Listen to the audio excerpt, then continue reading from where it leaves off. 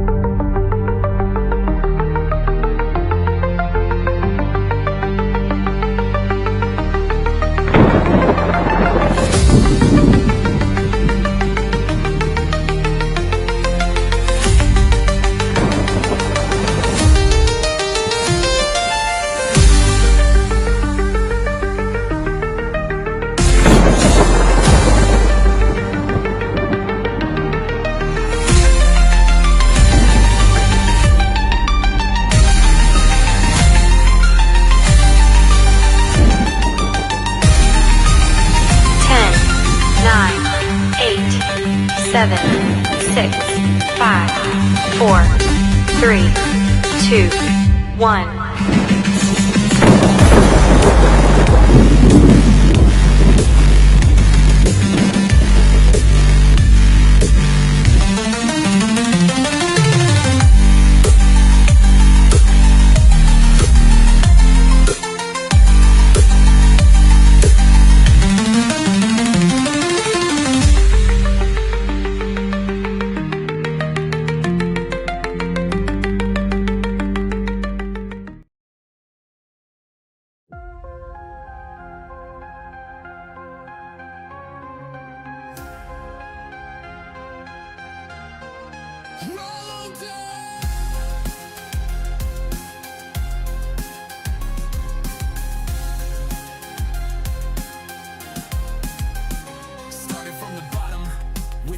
For the fight, now he's breaking down the legends in the shadows or the light. From Liu Kang kicks the scorpion's chain, he explains every frame, every move in the game. Combo king, he's the sage in disguise, with a breakdown so clean he'll open your eyes. No fluff, just facts with a lethal touch. In a world full of noise, he don't talk too much. A true underdog, you know the name, breaking down battles in the nether realm flame. Finish him quick or grind for the fame. He's repping the truth in the Mortal Kombat game. From the corner traps to fatal blows, he's the voice you trust when the mystery grows. So if you're feeling lost in that FGC fog, just hit play and follow the dog.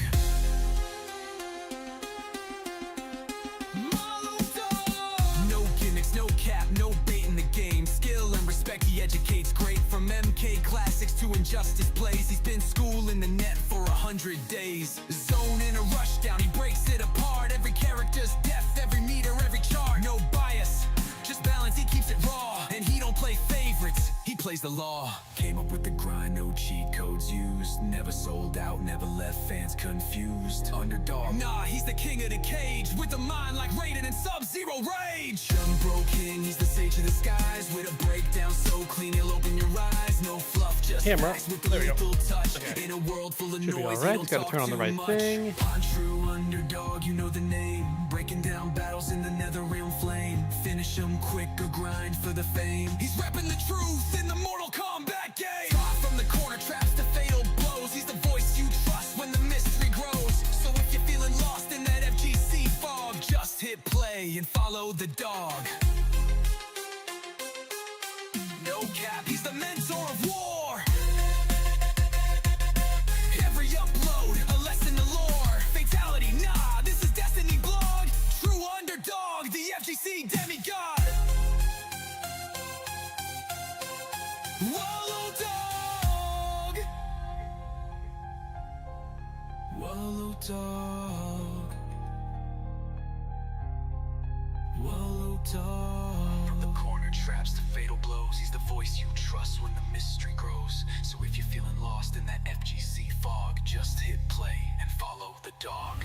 No cap, he's the mentor upload a lesson, a lore, fatality, nah. This is Destiny Blog, true underdog, the FGC demigod.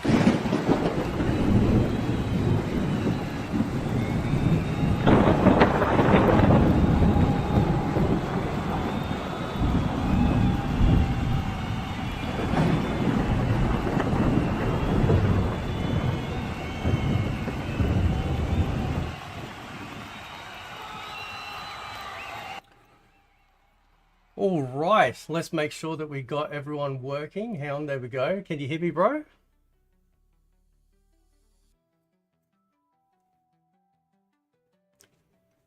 Can't hear him just yet. Hang on, we'll figure it out. Don't worry, we'll get there. There's always going to be issues. There's always going to be issues. Hang on, there we go. There we go. Nice. How's that? Yep. Oh, I heard something.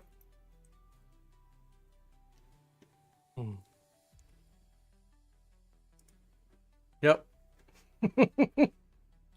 I can hear you, man. Can you hear me, dude? Oh man, I still can't hear you yet. You can't hear me. All right. Okay. Hey, we'll figure this out. Hey, let's go. Let's see. Hear nothing still. So they could hear you, and they could hear me, but we can't hear each other. So, can you guys hear him all right? It could be. It could. I'd tell you what. I can't hear nobody. Is there a different place you stream on where I can hear you, or I don't know if you can hear me? Not sure if it's working. No, that's all right. Hang on. Hang on. I'll be right. Hang on. I'll be right back. All right. How's that? Is that better? No, I still can't hear nothing. Sorry. I can see you. I just can't hear nothing. It's so fun. Sometimes I have to like leave the call and then change it or like something. But can you hear me? Thumbs up if you can hear me. Okay, so you can hear me. I just can't hear you. I can hear everything else though. I'm like listening to a YouTube video to check. Like I can hear. I just can't hear you. So I'm not sure if it's an audio thing. Maybe let me see if I can just watch you on YouTube. Maybe then I can hear you. Don't. It would be delayed, wouldn't it? Yep. Hey. So all right. I know you guys can't hear anything, but I'm gonna leave Discord. I'm gonna come back and I'm gonna recall you back. So I'll call you back. All right. Hang on. We'll get there. We'll get there. Hang on. There we go. We're coming. Let's go. All right, here we go. All right, let's join the call. Can you hear me now? Hello? Okay, I heard you on YouTube, so you're working there. I just can't hear you on Discord. That's so weird. Let's see, it's a thing behind. Yeah. I'm going to check my settings. One sec. Hang on. Test. Oh, it's not even showing. All right, hang on. I know what to do. How's that? Is that better? There we go. There we go. There we go, man. Fantastic. That was my bad. I'm sorry, bro. Discord's funny, man, about that. I dislike how it jumps to whatever new thing you plug in. It's never been fun for me. Yeah. All right, hang on. I'm just trying to find. I'll get the right window. There's always got to be like, you know. There we go. We're on screen. There we go. We did it. Yeah, let's go. Yes, for tiny victories. Let's go. Let's fucking rage. So, there we go. I'll get that on screen. Oh, thanks. Full metal. Full metal. Thanks so much for coming on, man. I do appreciate this. So, yeah, likewise. So before we continue, like with anything, I want to offer my apologies for not doing better when it comes to stuff with my videos with you. I definitely could have done it better, you know, because I think one of the things with, I know, like, you know, sort of working things out with Mike and some of the things that he's been saying, and even he's talked a little bit about you, is the fact of just, you know, there are people behind the cameras, no matter how big or small you are. And I think that's really important to remember. So I did remove all videos on you, but if you see one pop up, please let me know, right? Because you know, Okay, yeah, no, I mean, I really appreciate that. That's a lot more than many people do.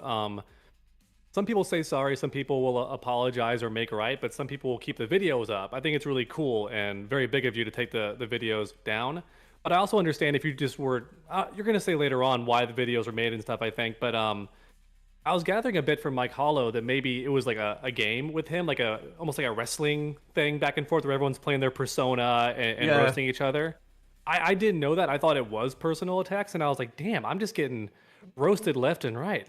So back when I first started doing YouTube shit, 2009 on an old channel, when I was doing like the console war stuff between PlayStation and Xbox, and I didn't realize it. Yeah, man, that was the glory days. That was like the fucking Wild West. It was so funny, right? And the funny part is that you know you're roasting each other like constantly. Just dude, it would get really brutal. And then you get into like the PlayStation White Room on the PS3, or you get into like the Xbox chat, and you're like, "Oh, how you going, man?" And then like, yeah, everyone's talking, everything's cool, and then later on they go, "Oh yeah, that guy wasn't too bad." It's like, yeah, he wasn't too bad either. Like, and it's just, you know what I mean? So you know that was pretty cool. So but yeah, no, I definitely could have done better. No, like ill will. But I'll give you an explanation, because I think there was a guy that came onto one of Mike's streams that really explained it well. Is that I'm kind of like a carpet bomber. So, you know, I sort of look at things and I go, oh shit, man, I just, you know, I want like everything to be upfront, honest, all that sort of shit. And I'm not saying you are. I'm just saying that's kind of like, it's just how I view things. I don't have like a gray filter with some stuff. And so I just go and I just destroy it all, you know. Which is not the best way to be. It's not the best way to be, man, because again, you're a person, you know, I'm a person, like everyone's different. And so, you know, that's on me to do a better job. But yeah, we used to take videos back down back in the day, because you realize that, oh yeah, everything's cool, like blah, blah, blah. Like I don't see the point in having content up that is completely against, you know, like everything I'm saying now, and just leaving it there. You know, it's like, nah, it's not right. You know, you got to sort that shit out. Yeah, and again, I appreciate it. It's interesting how you bring up the console wars, because that reminds me a lot of this situation in a way. Because when I was doing game design school in college, our professor brought up, he's like, don't be diehard one or the other, because as someone who's worked on a lot of those games for decades, we used Sony stuff to make Microsoft games. We used Microsoft stuff to make Sony games. He's like, we used all the technology to make these products. He's like, even Halo, a good chunk of it was made on a Mac. Yep. He's like, so he's like, don't get too heated about it. And that's how I feel about this. Even if we disagree on things, we both just want good MK games, right? We may want different things out of them, but we just want our games to be good and not crap. I think you and I both dislike any woke stuff in them. I'm just a bit more padded gloves about it. Yeah. Whereas you're bare knuckle punching these people. Yeah. But like, I don't like the woke stuff in it either, honestly. I think a lot of the changes were really stupid. Yeah. The only way I would want to see those cyborgs swapped into women is if they were in bikinis looking hot, and they weren't doing that. So, you know, it's not what I wanted either. Listen, I must admit, like, it is kind of funny, because I'm looking at your background right now, and I'm just saying, like, there's probably going to be some people in the chat that might struggle with the, you know what I'm saying? Like the shapely women that you have right behind you in the statue type form. So, you know. But yeah, no, they're very cool. So very cool. Now, like, this is... I always wanted them when I was a kid growing up. I saw them in comic book stores, and I just wanted them. So then when I got some, you know, disposable income, I was like, I'm getting some of these things. Then I finally stopped because I ran out of shelf space. Yeah. So that's the good news, is I'm literally out of room to put them. So we're done. Otherwise, I keep buying them, and it's not good. No, there's only so much space you have in your house, man. Yeah, that's true. So, like, you're actually the second. So I decided I wanted to have like a one-on-one style casting, which is why I call it Fate Chat. You're the second guest. The first being Stephen Frost the other day, which was awesome. It was just so cool to talk to him about the MK collection, like that legacy collection they're working on.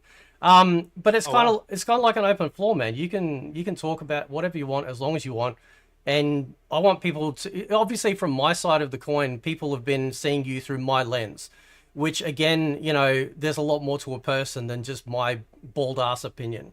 So I just wanted to just, you know. Your ass is bald? No, it is.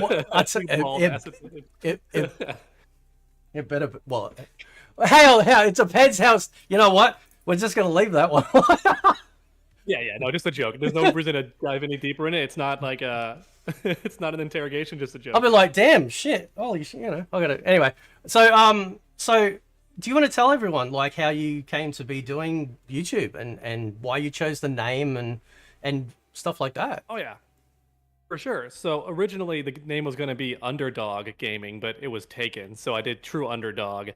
I've considered dropping the gaming for a while because it's just too wordy. But when I made the channel like 10 or so years ago, everyone had gaming after their name if it was a gaming channel because YouTube was still kind of Yep. not all one thing yet. Now it's more homogenized where you're either vlogging or you're doing gaming. But before it was everything. It was like cooking tutorials. It was any number of things. So you had to put gaming so people knew that you were gaming, you know? Yep. But I started off because I wanted to play fighting games. I got really into it. I always played them growing up, but Yep. I got really into the actual knowledge of them when MK9 came out, when I was trying to learn about frame data and hit properties and stuff like that. And I tried to learn from Street Fighter and learned how to play that game. And there were so many acronyms, so much terminology, so much coded language. I had no clue what anything was.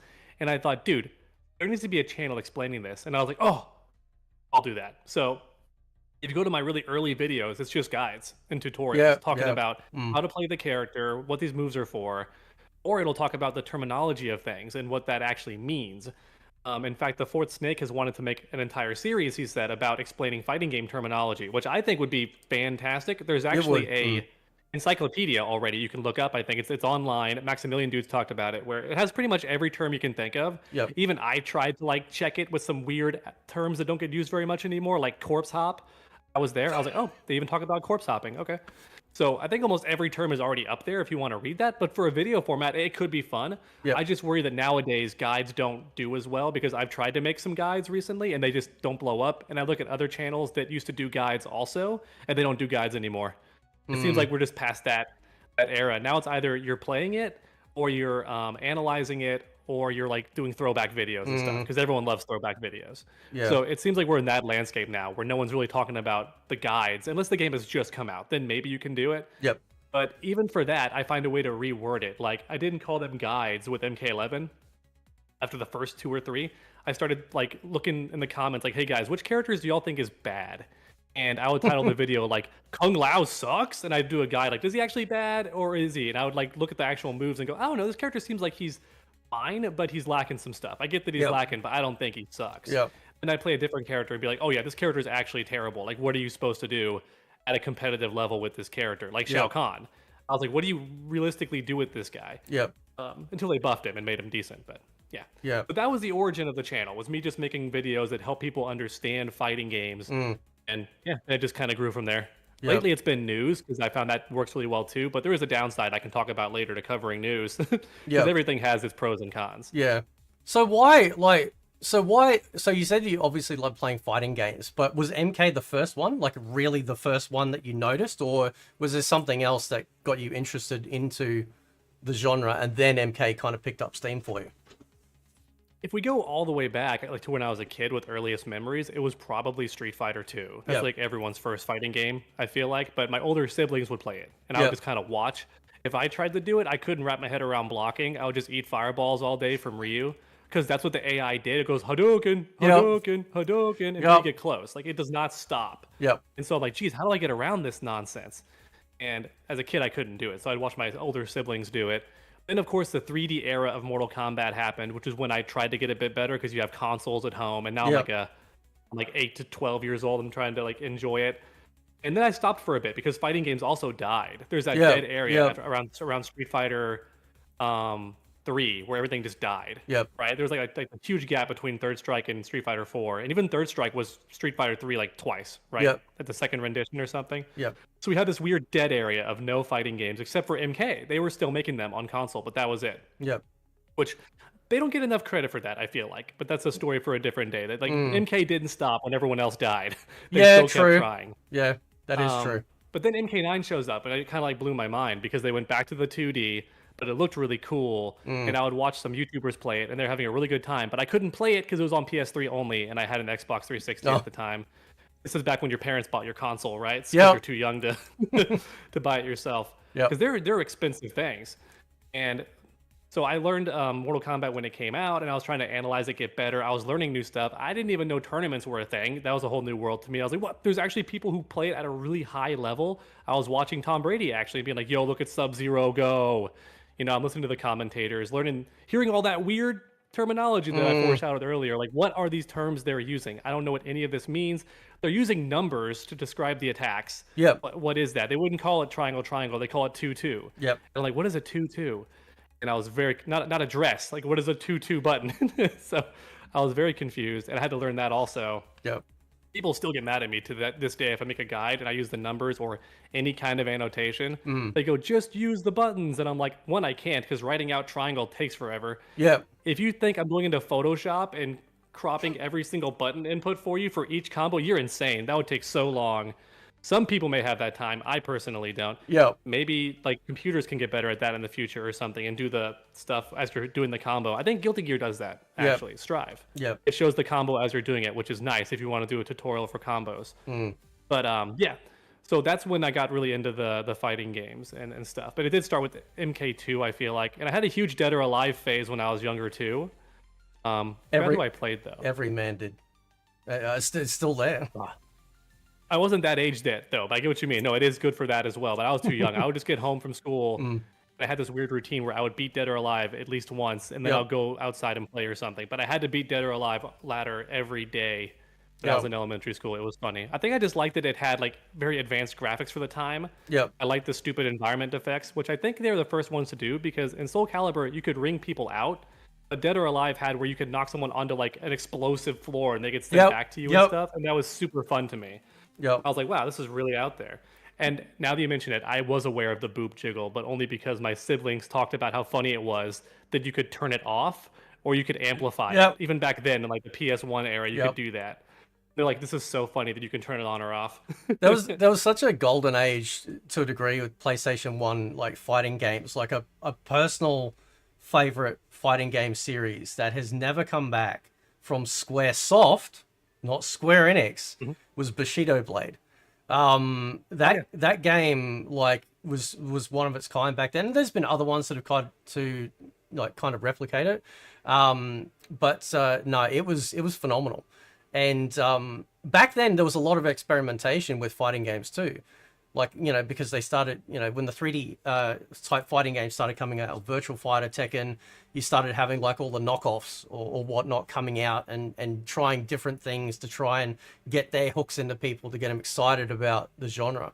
It was cool. It was pretty awesome time back then. And Dead or Alive was one of those games. You know, you hit them and they just go and they just explode off the floor. It's like, shit, like, where'd they go? Like, that was amazing. So. Oh yeah, it was awesome. But yeah, I mean, a lot of games haven't come back. Another dead game is, I mean, it had a few sequels, but Bloody Roar was a huge game for me also in middle school, and I loved it. I didn't understand anything technical yet, but I understood that pressing buttons gave me a combo and that I could do certain strings together to make combo happen, you know, combo make happy. So me try to make combo. And it's also when I learned that grapplers are the most fun archetype when done correctly, in my personal opinion, because stun was so much fun in that game. Yep. I was like, hell yeah. Yeah. He's always a monster. No dumb human form. He's either a bug man or he's a big bug man. Bloody Roar is amazing, dude. Like, I still get a lot of people, like, over the time just go, when are they going to bring back Bloody Roar? You know, like, and it's, I mean, maybe they will. Who knows? I mean, shit, we saw Fatal Fury come back. You know, I never thought we'd see Fatal Fury ever again. So SNK was a shock with that one. But you never know. You just never know, like, with you know, what they're coming out. Fighting games kind of seem to be right now, you know, they've announced some big ones like Invincible. You know, Invincible Versus is coming out. That was a fucking shock, dude. Like, I'm like, wow, that's crazy. So, you know, and I've never even watched the series, but I'm looking at that going, okay, we got that. We got 2XKO coming out. Yeah, and obviously the MK Legacy Collection, I'm sure we'll talk about. God knows whatever else. I know there's a whole bunch of other ones that are coming out. I've just had a brain fart, you know. Did you mention the Tokon one yet? No, there you go. No, Tokon. Yeah. Yep, that one as well. That was interesting, actually. A Sony state of play, with generally Sony, like, their states of play or their showcases never have shown fighting games before. And then suddenly we get the MK Legacy Collection, and then we get Tokon as well. It's like, holy shit, like, what the hell happened? So, yeah, that was cool. That was very cool. So there's gonna be another one today, actually. Also, I think today on ArcSys's stream. Oh, yeah. Didn't mean to cut you off there. Sorry, I know about to No, go on no, you're something, right, but man. they're gonna reveal, I think, a new fighting game maybe, or a new game at least they're working on. But they've only made fighting games, I think, except for one spin-off RPG kind of game. Yep. And that's it. So most likely another fighting game, which sounds wild if true, because they're already working on like one. That's going to be a pretty big endeavor, I feel like. You know, a Marvel fighting game is nothing to take lightly. Yep. Those fans are crazy. Yeah. They're like all Melina fans. You Oh, gotta be careful with that game. I I'm start. just hoping for which oddballs we get. You know, we'll talk about that later. But Yeah. the oddballs for that game are going to be the most fun. Like, are we going to get Squirrel Girl in fighting game form? Because that'd be hilarious. Yeah. Are we going to get Shuma Gorath? I kind of want Shuma Gorath to come back from MVC2, you know? Just for trolling purposes. Yeah, that'd be funny. Yeah, I want the weirdos. Everyone knows the big time superheroes that are in all the movies. Yep. But we saw, we already saw, I think, one weirdo, which was, well, she's not really a weirdo. She's popular in the, or at least Marvel wants to pretend she's popular. Ms. Marvel was shown. She's probably the only one who's an oddball. Yep. It's like new. Yep. Yeah. So that gives me some hope we're gonna get some weirdos, but it's probably not gonna stray too far. Yeah. So what about fighting games? Do you, like usually everything has a hook, right? So like obviously like we're big fans of fighting games, but when you see a new fighting game coming out, what's the thing that really grabs you? Is it like, do you go, oh, I can't wait to see the roster, or is it just the instant look at the graphics? You know, is it you know, special moves, the combo systems, that sort of thing? Like, what's the first couple of things that you think of and go, yep, that's what I look for. Graphics can definitely be a big deal. Like, everyone can pretend they're not, but they're gonna win people over. I think they showed the Invincible game, for example, too early, because I've already seen a huge leap in the graphics with some of their newer stuff. Like, they showed a gameplay teaser for Mark and for Eve. They now animate their faces during intros and stuff. There's more effects added to moves. There's fun camera stuff happening when they attack. Before it was like a flat looking mobile game. Now it's looking like an actual console game. And I'm like, oh, we're getting there. I almost wish they hadn't shown it so early, because just this extra week or 2 weeks of you know, time in the lab has made it look a bit prettier. I guess I get more mind blown when something new happens in the gameplay. Like in Guilty Gear Strive, they added the wall breaks that had not been a thing before, so that was cool. In the Injustice games, they had the same thing. We smack someone and they go flying through the walls and stuff. That's really cool. That's actually one reason I would love for MK versus DC to come back, because looking back on it, those stage transitions were already a thing in that game, and they were hilarious. Like, you tackle someone and run through 5 walls. It's just so funny looking. I want that to come back, but in like MKX or MK11, sorry, style graphics. You know, it's really good looking, but still the same level of destruction and nonsense. That'd be fun. I'd really enjoy that. Would you want the graphics to go like, say, the Marvel Tokon game? You know, so it's more stylized rather than realistic. So that way they can be really fantastical with it. So that way, like, because when you have realistic graphics, this is the sort of thing that happens in MMOs. Because I love playing MMOs. And things like Black Desert Online are beautiful. But there's also a restriction there, because when you create realistic characters, the world then has to mirror the characters as well to make it feel like they fit. You look at World of Warcraft, big stylized, cartoony graphics. But over the years, they've added effects to increase the texture, you know, quality and special effects, etc., etc. But, you know, they can do massive, giant, like, bosses running around on the field, like in the zones. It's like, oh yeah, that seems normal, because it fits within the realm of the stylized for the graphics.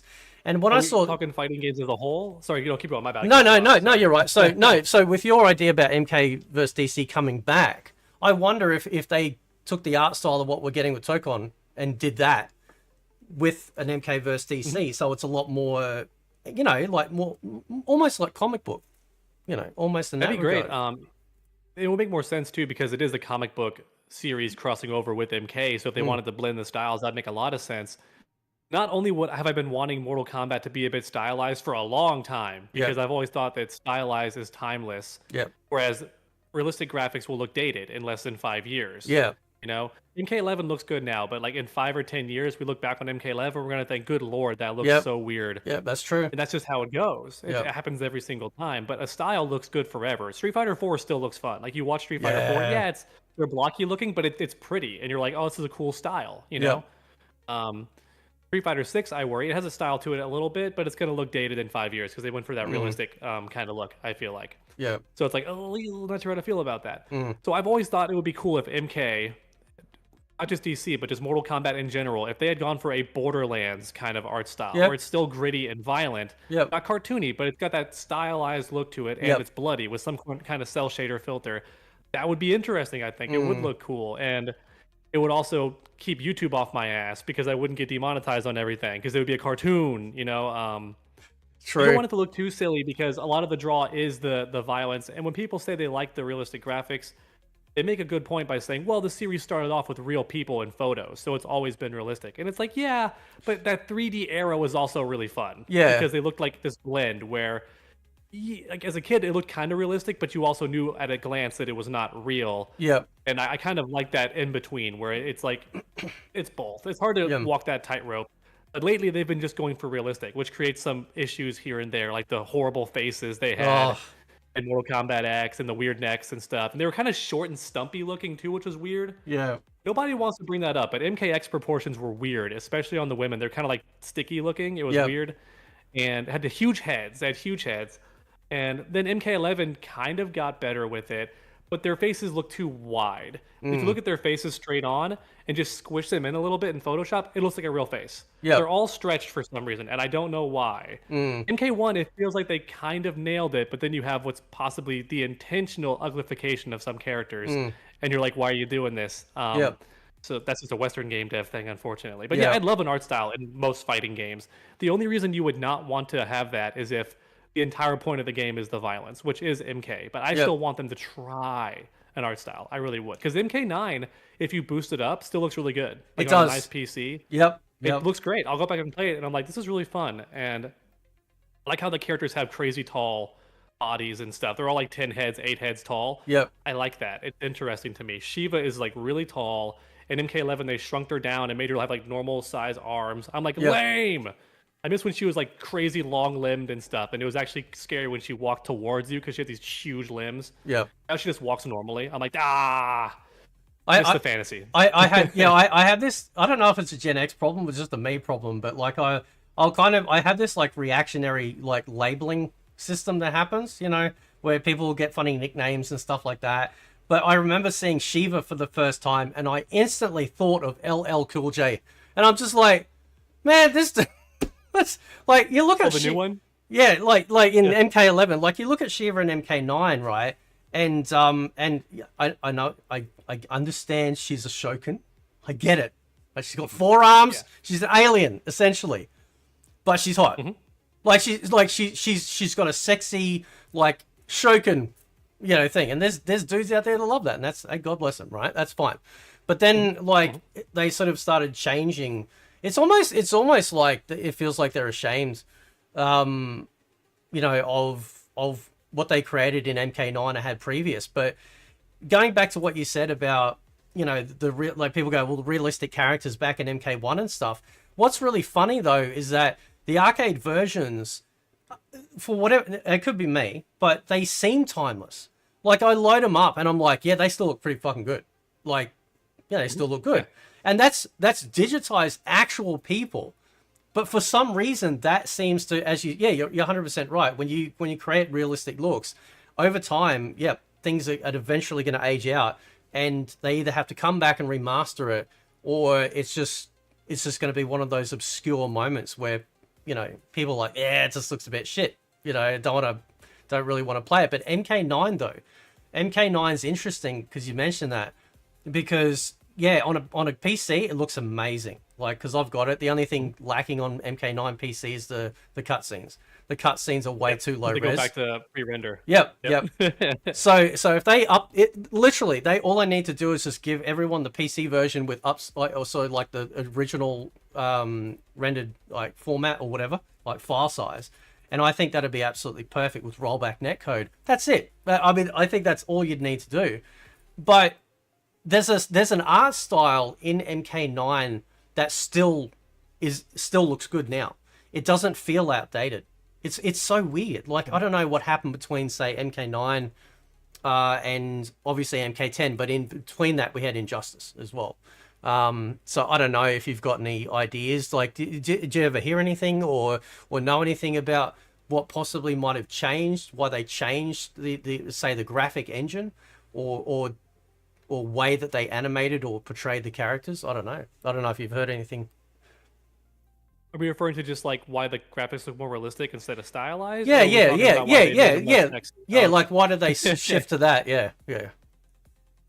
I no idea. No, I'm guessing they probably just wanted to make it look realistic, and MK9 was actually their attempt at realistic. It's just back then they couldn't get it. That's the closest they got. Yep. I think is probably the reason. Yep. Because you think about it, they have the X-rays still and stuff, where it zooms in and shows the bones break and stuff and the muscle tissue. Yep. So I do think they were trying to look real. They just didn't know how to do it yet. Yep.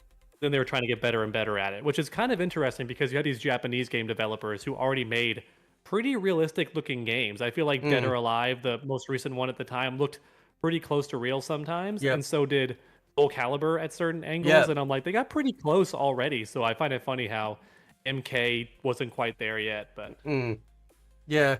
So, they also did reuse a lot of stuff from MK versus DC. I think they reused a lot of stuff true. Yeah. because Yeah. you can see it in the trailers and whatnot. Even in the earliest cinematic reveal for MK9, Scorpion still has his DC look, his MK versus DC costume. They hadn't redesigned him yet. Yep. It's funny how rushed that game probably was, because you see a lot of little shortcuts taken here and there. And then for Injustice: Gods Among Us, when you do that one stage transition that has Darkseid, it's just Darkseid from that game, MK versus DC. It's his exact design. They just took his model and threw it in. Yep. So they were reusing stuff a lot, which I'm not even against if it's tiny, small things. I don't give a crap. Yep. You want to reuse that building, reuse that building. You want to keep that background character, I don't care. I only get mad when you're clearly reusing assets. Like, I think Tekken 8 is reusing Tekken 7 assets a lot. Yep. And I don't like that because they charge full price. And they claim it's all brand new, and I have a hard time believing it when every character's third costume is their Tekken 7 costume. Yeah. You're telling me you remade all those from scratch when you could have made a brand new costume or made a throwback costume from a previous game? No. You copied it over. So And that wouldn't even be possible unless they're the same models. So you said, did you say you studied game design? Is that correct? Yeah, I had like 8 years of game design. I did like a tiny bit of work on it, and then I just landed on teaching instead because there was no crunch. Yep. And I taught game design instead, and I would teach animation, 3D animation. I can't do I can draw, but I could never sit down and draw the same character 100 times for 10 seconds of animation. Yep. So I did 3D in school. Yep. And then I also did game design and programming and stuff. So I know all that. And then I was teaching it in school. And that was great for YouTube because I could teach, go home at like 4, and then do a YouTube video. And I did that every single day for like 3 or 4 years. It was a great mesh of things. Yep. Which you kind of have to do because people will joke, but it's a real thing that teachers don't get paid a lot. So if you wanted to like not get made fun of for your low income, you needed a side hustle, especially as a dude. My as a dude, yeah, true. I know what you're saying with that. Yeah, my daughter, she's gonna be 17 next week, and she's very interested in becoming an art teacher. But I don't know why. I don't know if they get paid more here, but she's like, oh yeah, teachers get paid really good here, and I'm like, are you sure? Like, it's not what I hear. But she loves art. She loves drawing. She's just she's very excited about getting into teach. Yeah, she loves it. Yeah. It depends on perspective, I guess, because I think I was making a little over 45,000 to 50,000 my first year teaching, which some people might think is fine. But I felt like as a dude, you're supposed to be making like a good amount of money, right? So I was like, I don't know if that's enough to brag about. So you're doing other stuff. Plus, I always liked the YouTube stuff. I was doing it even in high school. I just wasn't serious about it yet. Yeah. So I always liked the idea of getting paid to play video games because I spent way too much time playing them. Yep. And I thought there's got to be some way to monetize this, which is both a blessing and a curse. It's good in the sense that whenever I make something, I make money off of it. But it's also a curse in the sense that if I ever do get that creative bug where I want to make something, I think, will that lead to anything? No, and I just don't do it. Yeah. Like, if I can't get anything off of it financially, I'm like, that's a waste of my time that I won't get back. It's not always a healthy way to think. No, well, I mean, the thing is, I remember YouTube before the algorithm. I don't know if you remember that, but I remember, so back when I started doing videos, if you say, for example, had 1,000 subscribers, you'd roughly get 1,000 views per video.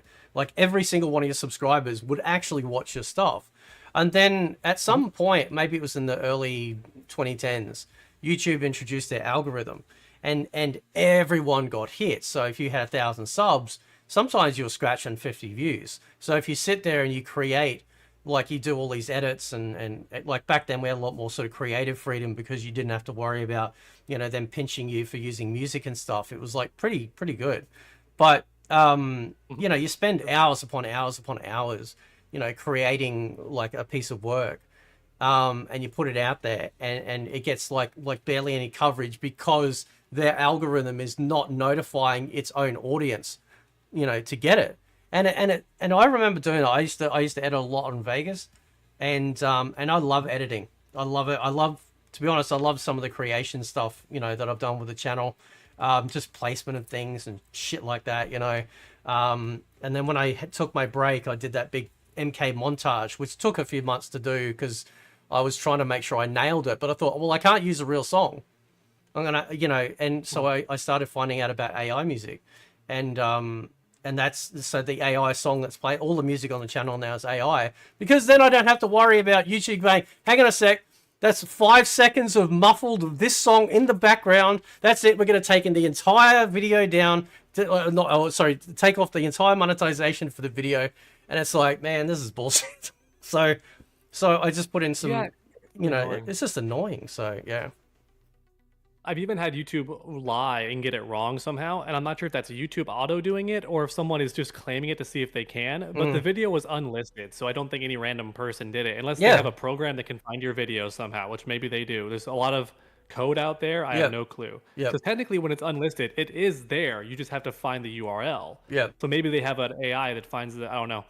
But I use the same song in every video, and I've asked my audience, like, are you all tired of this? And they go, no, it's kind of like part of the brand. I was like, okay, good, fine. If it's part of the channel, then they didn't say brand, that's me talking, but they said, yeah, it's like part of the channel's identity. And I was like, okay, if that's how you feel, then I'll keep it. But then one time during the outro, it got claimed by some weird, all Chinese name brand. I could not read that. I was like, what? This is not a Chinese song, for one thing, and it's just a melody, and it's royalty free. It's copyright free. That's the whole point of using it. Because some channels on YouTube make nothing but copyright free music for YouTube. It's really cool. So that's what it was, but I still got claimed anyway. So doing the AI music is a pretty good idea, honestly. That's smart. Yeah, well, I went on a podcast quite a while ago, and I just said to the guy, I said, listen, man, your intro is amazing. Who sang it for you? And he goes, AI. And I'm like, bullshit, there's no fucking way, man. Like, and he's like, yeah, you go put you know, you go into like chat GPT, you say write song lyrics about X, you're one of the two songs like I played in the beginning, one's both for you. There's one in there that's like they're both done in AI, and so I take the lyrics and I put it into the music program. I select all the types of you know, genres of music I want it to have sound. Shit, man, like, and I was just sitting there listening to this stuff. It's like, if you play this on the radio, you know, like back then, especially before people started questioning if music was AI, people would legit think it was real, you know, real band, real musicians, real, you know, everything. It's just, it's amazing, phenomenal stuff.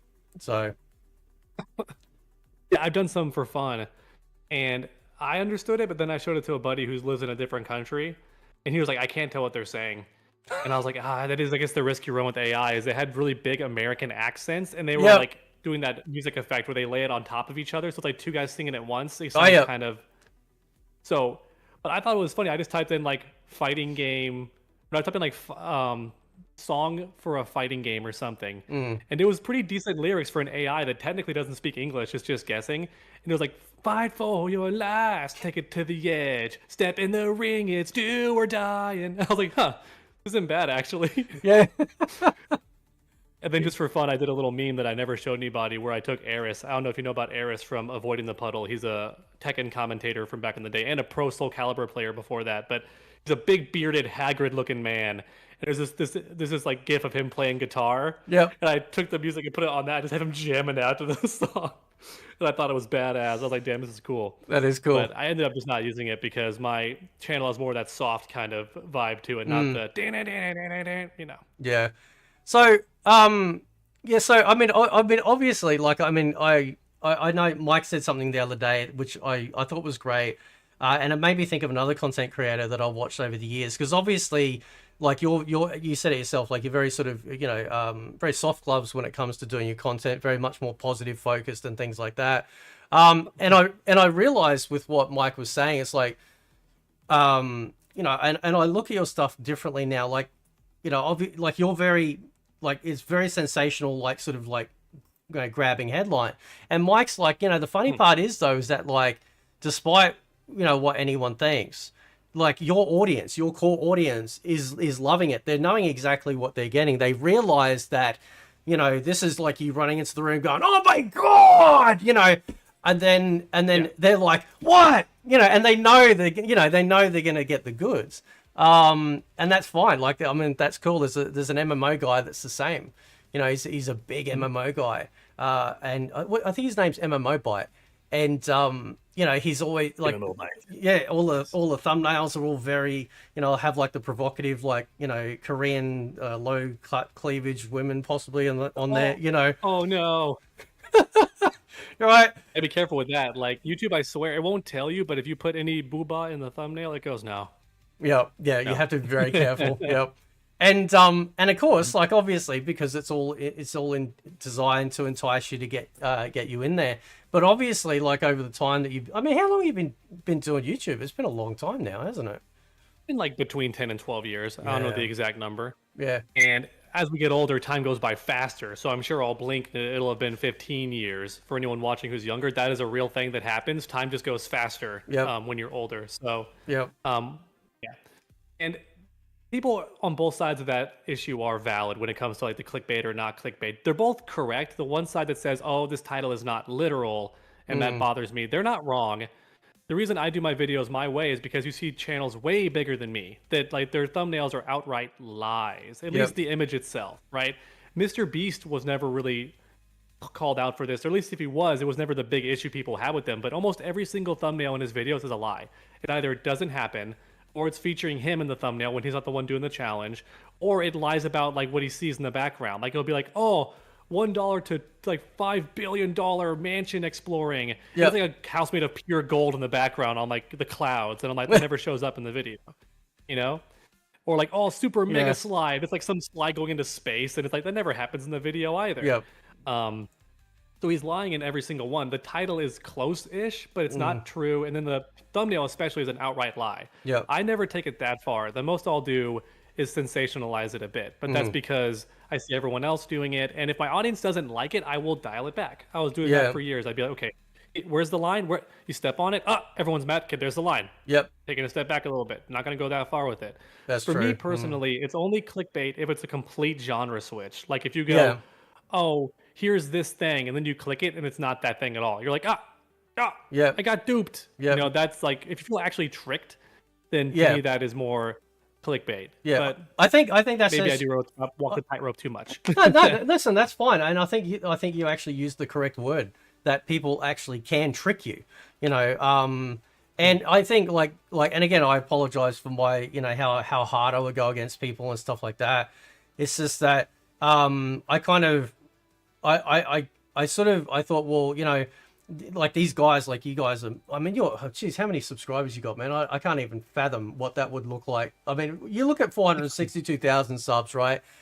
And I just, like, do you ever just look at that and go, what the fuck? Like, does it ever bring on like a panic? Like, it's like, shit, that's like almost 500,000 subscribers, dude. I think it's been so gradual that I don't see it that way, because it's just a slow gradual growth. And then when a new game comes out, you get a big surge in subscribers. But also the subs don't bother me, or they don't get me as hype as they rightfully should, because I know a lot of people have more subscribers and nobody's watching. So I'm always aware of like those subscribers can either just leave on a moment's notice, or YouTube cannot recommend your video, because I've been subscribed to this one channel and YouTube never tells me when they upload. I have the bell rung, I have the all notifications. I never see it. I'm like, what the heck, YouTube? And that happens to me. I know it does. So it's just that issue. There's some fighting game channels that have over 1 million subscribers, and they struggle to break 10K. I'm like, what happened to that? And so Also, I've been stuck at around the 450,000 mark for what feels like a while, though I could be wrong about that. It could just be placebo. Yep. But I really feel like I should be at that 500,000, but just haven't quite gotten there, you know? So it's whatever. YouTube got way tougher around 3 or so years ago when they started to unsubscribe people if they don't watch like every video or every third video. Yep. Yeah, I remember And that. Yeah. I had to double check by asking people, like, were you all unsubscribed? And they go, yes. Had to resubscribe. I'm like, damn, that's just wild. Yeah. If you blew up before then, you'd be so much better. And you see with other YouTubers too, who aren't Mr. Beast, but still have huge channels and still get good views, like Jacksepticeye. Yep. I feel like his views have also been, and his like subscriber count has stayed almost the same after that 3-year change. He's barely grown. Or at least his growth went from like this, like a huge hill, to like a very shallow hill where he's like barely growing, right? And that's because YouTube does unsubscribe people if they don't constantly keep watching. Yeah. So I don't freak out too much about the subscribers, but I do get really excited when I get 100K views on a video or something. Especially when I know it's not a fluke. Some people, they just make the same kind of content for every video and one of them just blows up. That's more like, oh, that video just did well for some reason. But when every video has a clear topic and a clear subject matter and it does really well, you're like, oh, that's definitely because they liked that particular type of video. It's not just, oh, that video happened to do well. Like, you know. Yeah. Have you, I remember like, so when I took my break, you know, it was kind of one of the cool side effects was kind of seeing what it was like not being plugged in, you know, so, because I had to step away. But I'm like, you know, it's going to be really interesting to see because a mate of mine, he's like, you know, yeah, oh man, if I don't upload in like, you know, in like a couple of days or something, I'm starting to feel it, you know, like that you sort of, you miss that, you know, that feel of you make the video, upload it, you start to watch the views go up and that sort of like thing. Have you ever sort of like, have you ever experienced that where you've had to step away and you feel that real big pull to come back or you went, nah, I'm actually kind of enjoying the break? I've always been a big workaholic, so I'm always drawn to it. If I'm not doing one thing, I'm doing the next. But YouTube is the most reliable thing that when I do it, I get pretty much exactly what I want out of the project I made. So I always feel pulled to it. The only time I take a break really that's longer than a day is if I'm on vacation or I'm pulled away. Because I try to make videos in advance that go live while I'm on vacation. But realistically, when you post daily or every 2 days, that would mean you'd have to make 2 videos a day to like keep up with that vacation. And I can't do that while also trying to work out, while also trying to be in a relationship. It's too hard to balance all of those things, you know? Meanwhile, my buddies somehow have a YouTube channel and they're playing entire video games. I haven't played a video game in my free time that's like a story-based game or an RPG in what feels like 5 or 6 years. Jeez, and I'm like, where do y'all have the time? Well, you do. I legit don't. Like, Elden Ring came out, I wanted to play it, didn't have time. A new game comes out, I wanted to play it, didn't have time. And I'm like, damn, I wanted to play that, it has a new name. It's not called Project Eve anymore. What did they call that game that made everybody upset? Stellar Blade. Yeah, Stellar Blade. I wanted to play that. I played the demo and got angry at that stupid puzzle that happens early on before the subway train with the numbers. And I had to look up a guide. I was like, this puzzle's stupid. And then when someone explained what it's supposed to be, I was like, oh, that is a really stupid puzzle. You know what I'm talking about? It's like that weird ass number puzzle. We have to like balance the numbers. And I'm like, first off, I like puzzles, but this doesn't even feel like the puzzle should at least be tangentially relevant to the gameplay. Like in God of War, when I do a puzzle, it feels like a God of War puzzle. This feels like some random game they threw in there for a mini game, and it's really dumb. And I was like, dude, I just want to get to the next level and kill some more monsters. So I kind of killed my hype for that game a little bit. But my buddy said it's one of those games where the gameplay gets really great around this part, and I'm like, oh, so you got to play for like 3 hours before you get all the core elements of the gameplay, and now you're actually playing a video game. And I was like, no, I prefer like in Devil May Cry, when first level I'm already doing cool shit. Like, I already have all the tools to do fun stuff.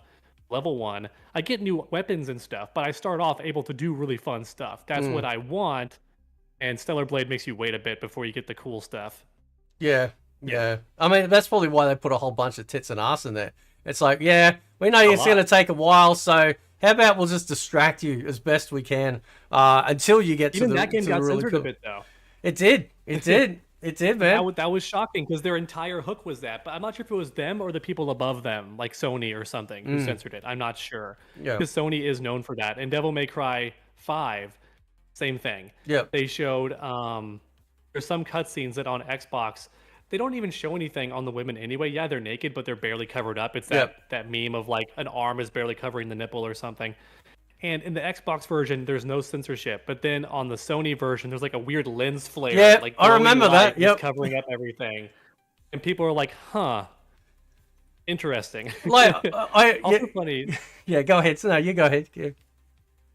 Well, I was saying it's just funny that Sony's doing that because America is the one that gets made fun of for all the egregious censorship. But then in this one instance, it was Sony. It was the Japanese version, and the Xbox version didn't mind because there was no actual nudity. Yeah. And it's a weird mix of things. And so with Stellar Blade, I wonder if it was the people above them that Yep. censored it and not the developers themselves, because they clearly made it a certain way. They even showed it as a pre-order bonus looking a certain way. Yep.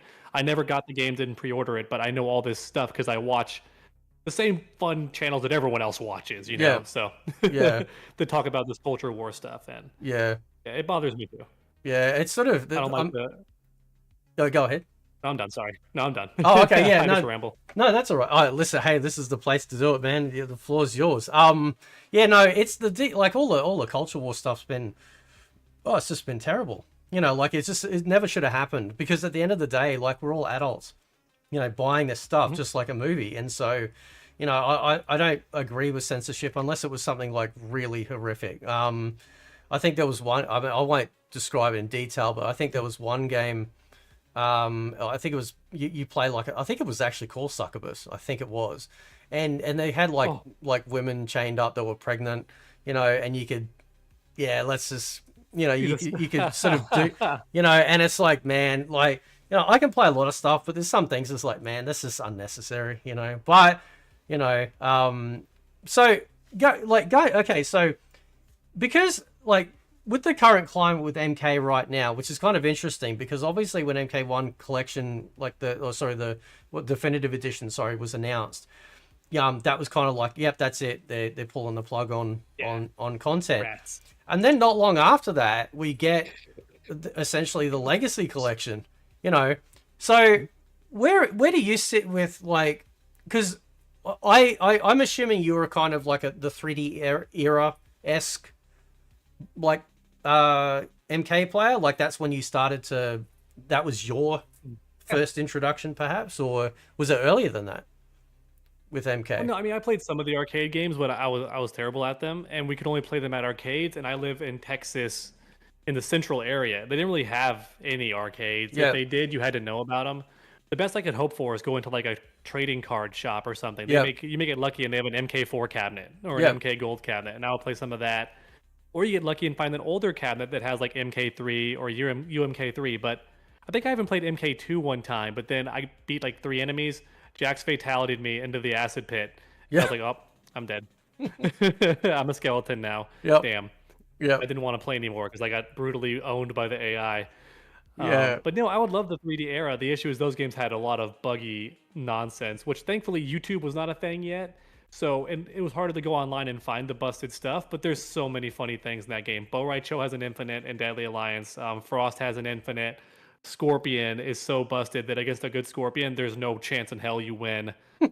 So So and that's literal, no exaggeration there. no, it'd be interesting actually, because like with the announcement of Legacy Collection, I mean, it's something on the channel that I've spoken about for a long time, was sort of bringing back the older generations of MK, because there are some very distinct generations, like my gen, your gen, that got into, you know, MK at certain points.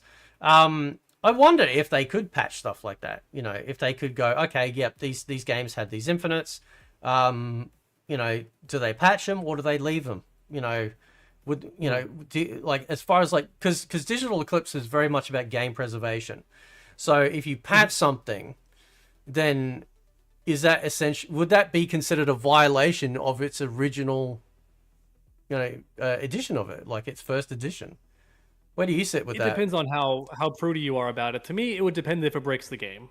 Yeah. You know, like, I'm okay with some bugs being in if they're just like, oh, that was a famous bug. You know, Yeah. then you can keep that in. But for things like infinites, I feel like that just ruins the fun. Yeah, and of if course, you keep yep. it in, especially if the game has online, Yep. people are going to exploit the hell out of it, especially when it's easy. It's one thing to have a bug. It's another thing when the bug is really easy. So if you're pulling off 100% combo with Sub-Zero and MK3 because he had those touch of death, I'm just going to be impressed because they're not the easiest thing to do. Yep. But if I'm playing Deception, when Noob Smoke could literally just throw you for his little knee slam he did, and then just dick jab you, and then just do it again, and then dick jab you, and you can just keep doing that, and there's no way out of it. Yep. That's not the same thing. That's just not fun because you go online and people just do that.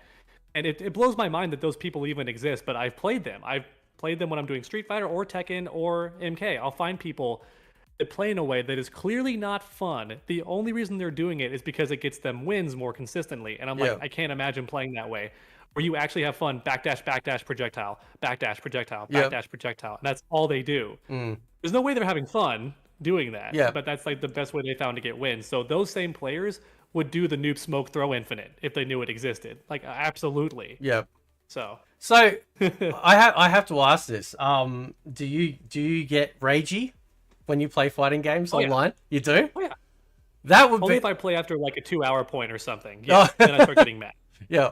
I have this patience meter that starts off good, and then if I play for too long, I start getting antsy. Yep. I think if I streamed it, it would be different because then it's a job, and it's like you're getting something out of it, whether it's donations or ads playing. You're like, oh, it's a job, so I'm not wasting my time. Yep. I think the business part of me, the workaholic, starts to get mad at me in the background while I'm playing a game and not doing something business related. So if I do it for too long, he starts to wake up, and that bleeds into my getting mad at something. But I never get mad at the player. I'm always just mad at the game usually. Like, why does that move work that way? That's so stupid. Like, why is it like that? And so, for example, in MK1, one of the things that got me mad one time was I went to do a jump in, and on this one character, when you hit them and then go for the jump in, their head goes back. They're the only character who does that. And because Mortal Kombat games, NetherRealm mainly, but it started in the Midway era, they don't do hurt boxes like Street Fighter. They have an actual box around the person's head that's parented to like their spine. So when their head animates back, so does the actual box. And so you legit whiff on just that character. And I'm like, why? And because I whiffed that punch, you got the hit, and I lost. And I was like, but I won though. That should have been game over for any other character. And then in Street Fighter 6, something happened similar, but it wasn't a hitbox thing. It was a glitch. Yep. But when that kind of stuff happens, I'm like, ooh, that gets me, salty, 100%. So. That's if you go back far enough on my channel, you might find me getting mad. If you wanted to watch those, you may find some. You just gotta go back further. Well, I played ranked and stuff. You're just so passive, right? You're like, I mean, everyone's seen me get mad, but like, you're so passive, right? So you just kind of wait. It's like eventually, like, people are just gonna like, nah, I'm not tolerating this bullshit anymore. But my girlfriend's had to hear it when I'm playing Marvel Rivals sometimes, which is the only game I'll ever play in my free time because you just play a couple matches and then you're done. So I'll give you an example of what angry me will sound like playing the game. I will not curse or anything. I'll just go like condescending parent mode. I'll get on the mic and be like, Jeff, get at the right spot of the map. Play the game or you're getting reported. And I'll unmute. Like, play the game. And like, I'll get mad because I'll see them doing nothing in the distance and I'm like, Jeff, get in there. What are you doing? Like, to be perfectly honest, that sort of attitude would absolutely fit in MMOs. Like 100%, PvP dungeons. You'd be on there. It's like, stop standing, Jeff. Get out of the red circle, right? Healer, what are you doing? Why aren't you healing this man? Like, I mean, I could hear that. Yeah. 100%. That's what I get mad at usually. I very rarely curse unless I get mad sometimes when an enemy will be attacking me and I retreat to the point where it's not in their interest to even chase me anymore. They should regroup with their team.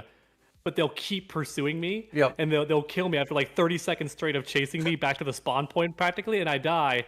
And then I just go like under my breath, get a fucking life, you piece of shit. And I'll get all mad. And my girlfriend's like, oh my God, where'd that come from? Because I never do that. And I'm like, sorry. This guy was just stalking me. And I didn't get why. He had no benefit of stalking me. His team is one player down for like 30 seconds straight because he was chasing me. Yep. Which should make me happy because it means my team's probably winning the push right now because he ran away. But yeah, that's angry me pretty much. And it's one of the reasons I haven't started streaming yet is because I'm worried that will happen. I'll get angry and I don't want to. I always feel terrible when I lose my temper for like a whole 2 hours after. I feel embarrassed. Yep. So I don't want to do that. But, and also right now streaming would take away from my other content. Once I get to a point where I can stream one day and video a different day, that's when I would love to start streaming more consistently. Plus I was waiting for something big to happen in fighting games, but it kept not happening. Like I was really excited for Anna to drop in Tekken 8. Yep. I was gonna let her drop and then start live streaming, but then came the patch that everyone hated. I was Yeah. like, oh shit. So this season 2 update is Yep. content. I have to make a video on this, but also no one's watching right now because they're all boycotting. So I'm like, well, now's not the time to stream, and stuff like that kept happening. So I was like, all right, well, I'm gonna wait a bit to stream, I guess. So when they did like the announcement for the Legacy Collection, like what was your first thoughts? Was it like, because I've seen comments from people saying that NRS were like, they were, it's kind of like an emergency, pull, in case of danger type thing. I don't think In case of mad hate, release this game. Yeah. I don't think it is, because obviously by the sounds of it, with what Steven, like they've been working on this, for quite a while. Oh yeah. So, but what was your first thoughts when you heard about it?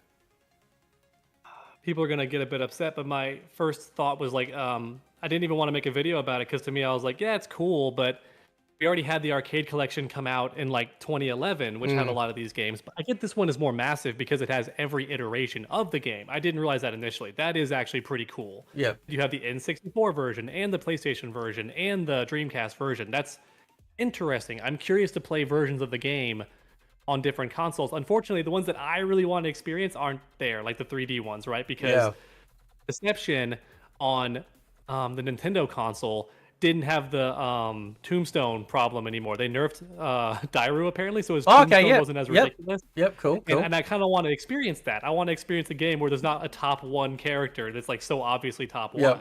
Kind of want to experience that. I can't yet. They're going to release that at some point. But my initial thought was, yeah, okay. They're not really my kind of games. I'm excited to play them a little bit, but I'm sure I'd play them for like a week and then I'd be like, eh. Yeah. But MK Gold being there gets me excited. MK4 being there gets me kind of excited. We don't know if Gold's in there yet.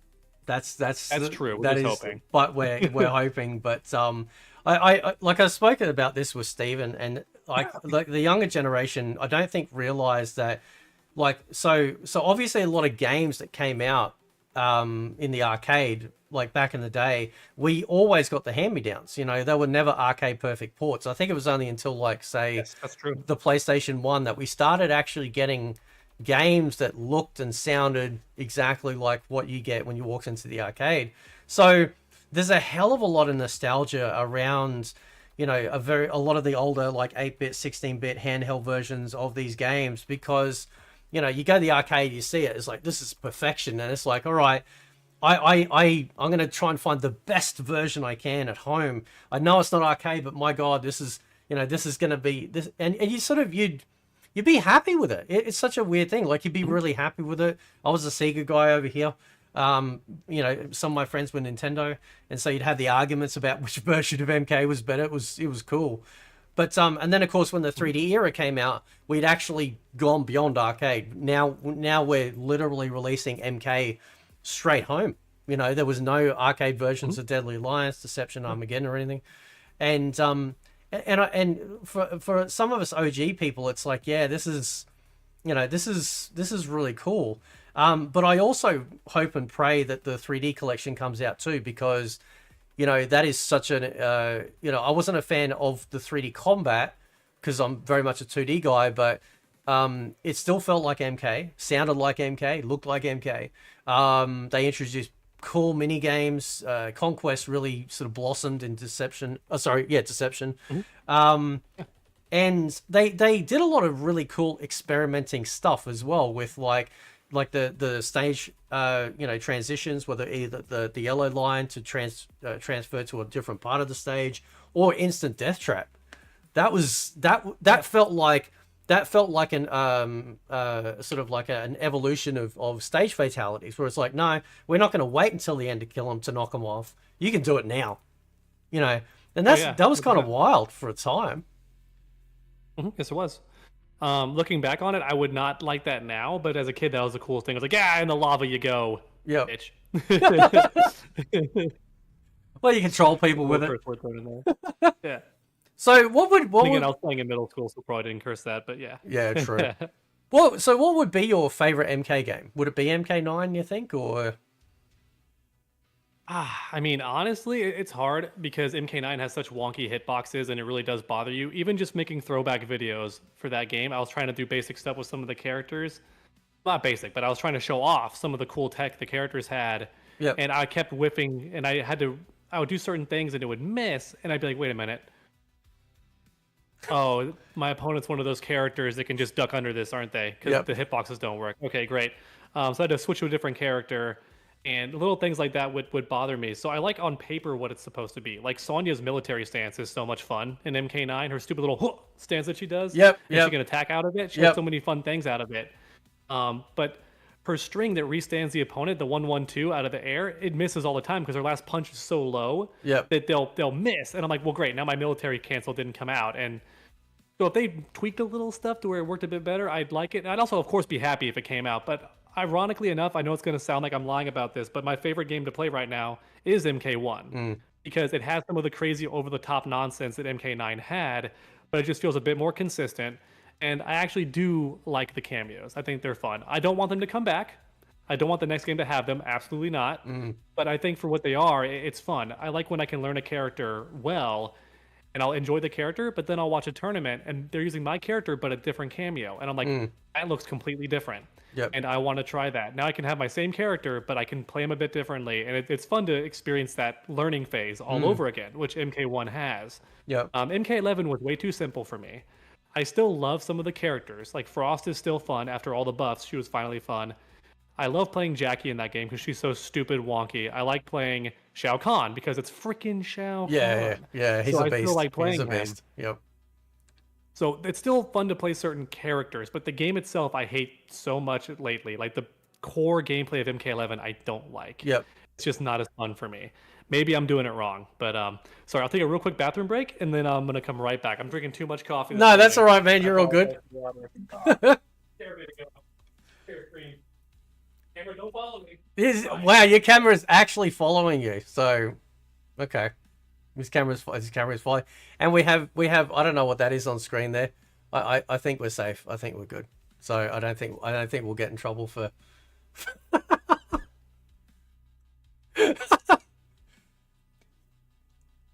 I don't know what that is. What is that?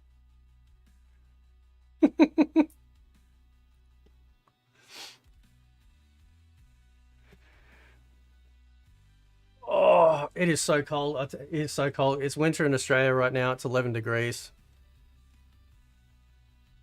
It's 11 degrees. Well, I'm free. I've had the heater on this whole time. So shout out to everyone in the chat, by the way. Thank you to everyone. So. Got to get the camera's attention or it won't follow me again. I think I couldn't figure out what was on your TV. I'm thinking, oh shit. On my TV? Yeah, the monitor over that way. There was like a sexy looking. Oh, that's a mod for Street Fighter 6 Stellar Blade. I was looking at that. Yeah, because we're talking about Stellar Blade. Yeah. So I was like, huh.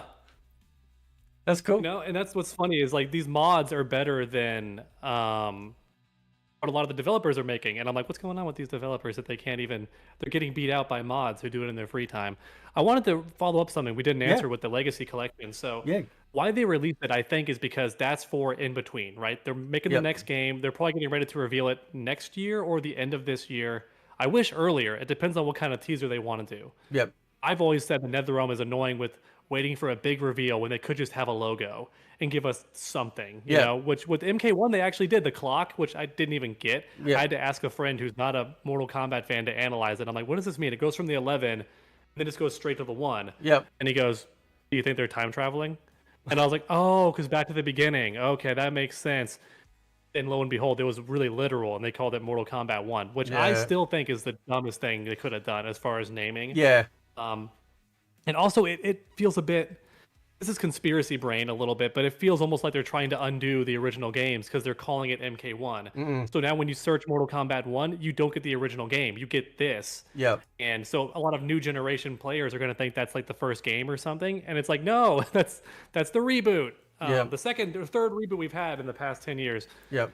So with Legacy, I think they're just releasing it in between because they want you to play something as they're making the next game, and they want to make money also. That was one of the reasons I was hoping they wouldn't end MK1, is I was like, wait, there'll be this huge gap, or they're not making any money. So they have to keep adding stuff to MK1, or people will just leave. That's kind of how the NRS players are. Like, they will leave if there's not new content. Yep. They're not like the Street Fighter and Tekken fans who will just stay, which I think is cool. I very much respect them for that. They'll keep playing the game for 3 years after it's got no new content because they love Street Fighter or they love Tekken. The MK players will just go somewhere else, and I think that's because they're more casual gamers who will just play a different game, not even a fighting game. They'll just switch to a different game entirely. They're not as fighting game brained, which is completely fine. But this game, the Legacy Collection, is meant to make money in between. And honestly, if it does take off, I will happily play those games and learn tech for those characters.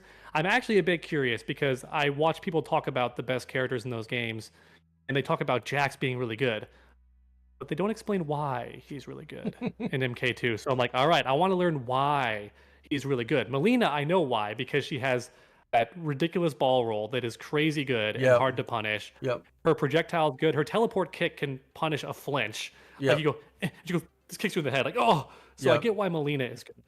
But I'm wondering why Jax was good. I'm hoping it's something filthy, like a guaranteed ground pound reset or something stupid like that. That's what I want it to be. I want it to be dirt because that's always fun to look back on. Well, I love that stuff. I know, like, the broken shit. Yeah, one of my mates, like Dragoon, he's like one of my head mods, and like he used to compete back in the day in these classic games, and he's a if he's in the chat, he's a fucking asshole. That's, I said it. He's an asshole with those games. He's so good, right? And so with Jax in MK2, he's just lethal because he's constantly got ground pound on charge, right? So you know, like, so because he's not playing like with his thumbs, he's playing like this. So he's got one finger constantly like down on the charge, and then he just lifts it up, puts it back down whenever he needs it. Same thing that he does with Liu Kang's bicycle kick. Same thing he does with Melina's side throw. You know, and he's just nailed that down. But Jax has got a really good anti-air. His uppercut is really good. Like it's got this big arc that comes out, and he's got like his backbreaker air throw.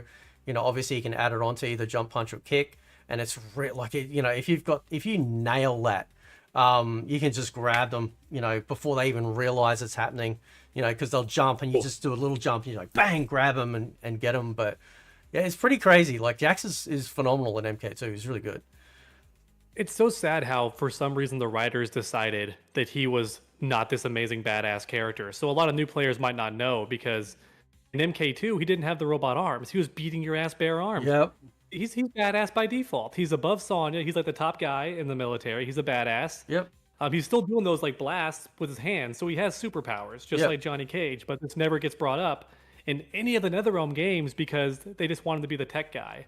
Yeah. And I'm like, well, at least in MK1, even though he's a cameo and that sucks, we at least got regular arms Jax doing superhero stuff again, which I think was cool. That was the one really cool thing with Jax. And I hope that if they do add him in the next game, you get to see him still without the arms, at least for his first costume. Like, his ult can have the robot arms, but I want to see Jax be a superhero again and not like have the technology, you know? Yeah. I also don't want him to pull out a gun because I thought that was so silly in Deadly Alliance. That was funny. Oh yeah, just fires the gun.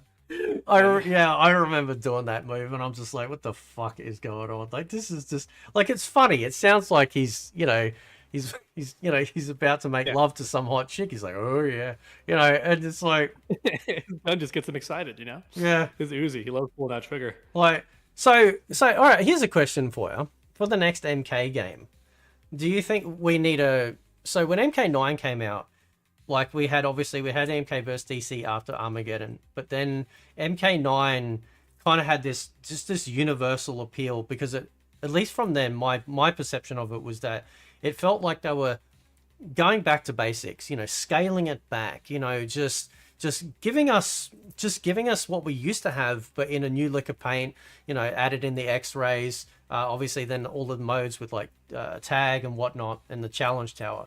So do you think now, after NRS's run with MK10 up to MK1, do you think maybe they should just scale it back to a much more simple affair, like, you know, like you know, get back to proper legacy like what we get with Street Fighter or King of Fighters or you know, maybe not Tekken, but you know, other fighting games where it feels like they still respect their original foundation, you know, and do you think they should scale it back, you know, just, you know, less is more kind of thing? Or I think they could do that as long as they make all the moves feel really good. Like in Yeah. Street Fighter 6, a lot of the characters don't have a ton of moves, but the moves they have feel very good to Yeah. land. They feel like they behave correctly.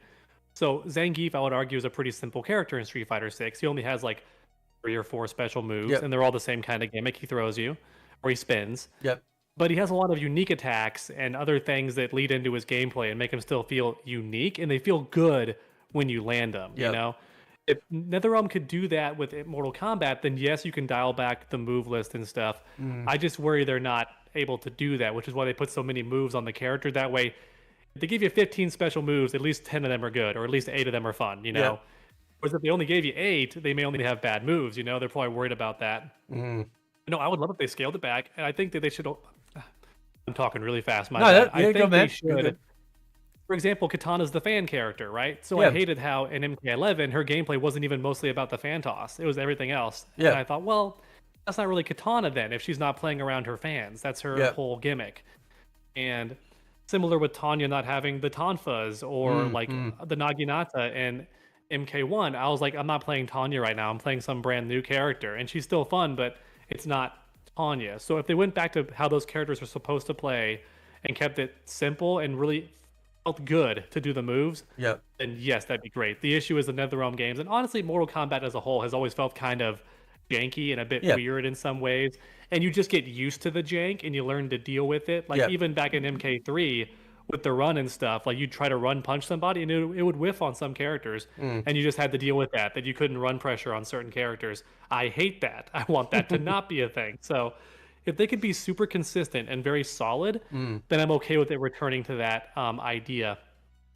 As far as if you mean the timeline thing, like going back to the original timeline, that would also be a great idea. I just don't think they're going to do it because it makes them look really not committed. Like they didn't even try to stick on their thing. You know, they didn't Yep. stick with their guns at all. It looks like they had no faith in their own project. So I feel like the next game has to be the new era, or at best, it'll be the new era crossing timelines with the old era somehow. So we'll get different versions of both characters, and like it'll be like MK versus DC, where it's like a dumb split Yep. on the stage, and you can see like the old and the new like on the same level. Which honestly, if done correctly, could be really dope. The problem is you have to have some repeat characters, and I hate that. So we'd have to have like 2 Sub-Zeros, 2 Scorpions, like by default. We'd probably get 2 Liu Kangs. The rest, hopefully, they would pick and choose. But I you know what, like, so if okay, so if they did something like this, maybe I kind of like it non-canon. Just go fucking crazy. I had this idea with what you were saying. So instead of having repeat characters, because that's one of the things that bugged me about cameos was that, yeah, you had like duplicates. It's like, why have we got 2 Scorpions in the game? You know, I actually would have been more on board with the cameos if they were all like Madame Bo. Just a completely unplayable character that we've never used before from MK lore, you know, anywhere, and put him in there, you know, that no one's ever used before. So that way people don't feel like they're missing out. Oh, but I want to use Jax, but I can't because he's only a cameo. I want him main character, not, you know. So taking your idea, right, about sort of, oh, you could have like the 2 sort of things. What if they were actually meshed together?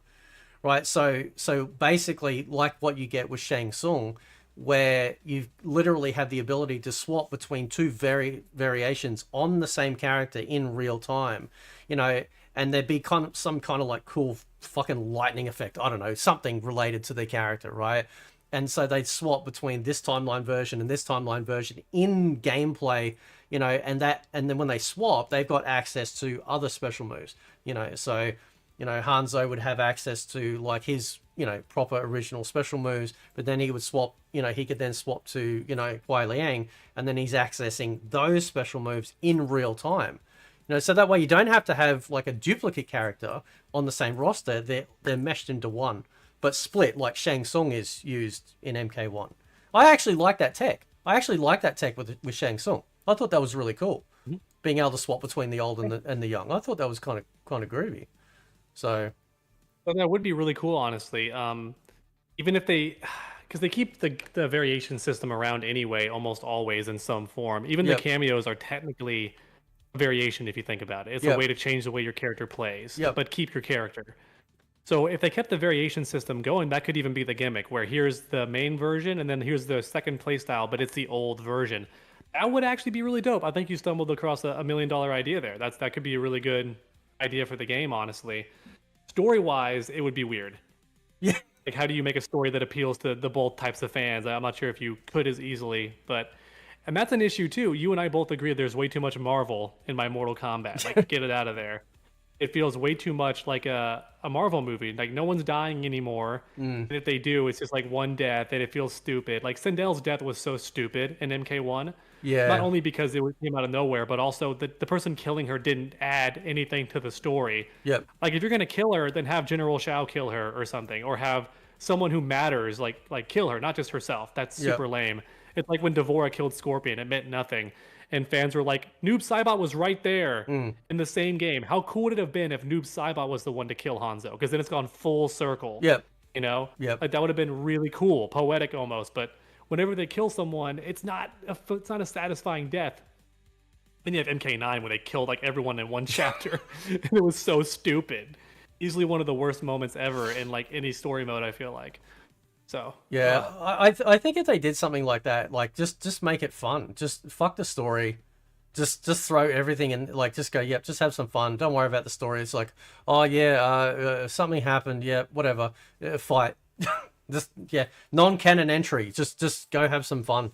I've always thought it would be really cool if you I don't like how in like, you know, every fighting game, but also in Mortal Kombat, I don't like how a lot of the characters are ridiculously strong compared to others. I think if they kind of scaled them to be pretty relative in strength, it would be cool if like in the Injustice 2 game when you can choose who you play in certain parts, but you're on the Yep. same team. Yep. Imagine if you could pick the opposite side, like it's Melina versus Katana, but you get to pick who you play as in that fight, and that could change the course of the story. Like, oh shit, Melina actually killed Katana here. Yep. That's fucking wild. We've never seen that. Yep. Where does the story go? Yep. Or if you like Katana and want the good guys to keep going, you have her win and she kills Melina.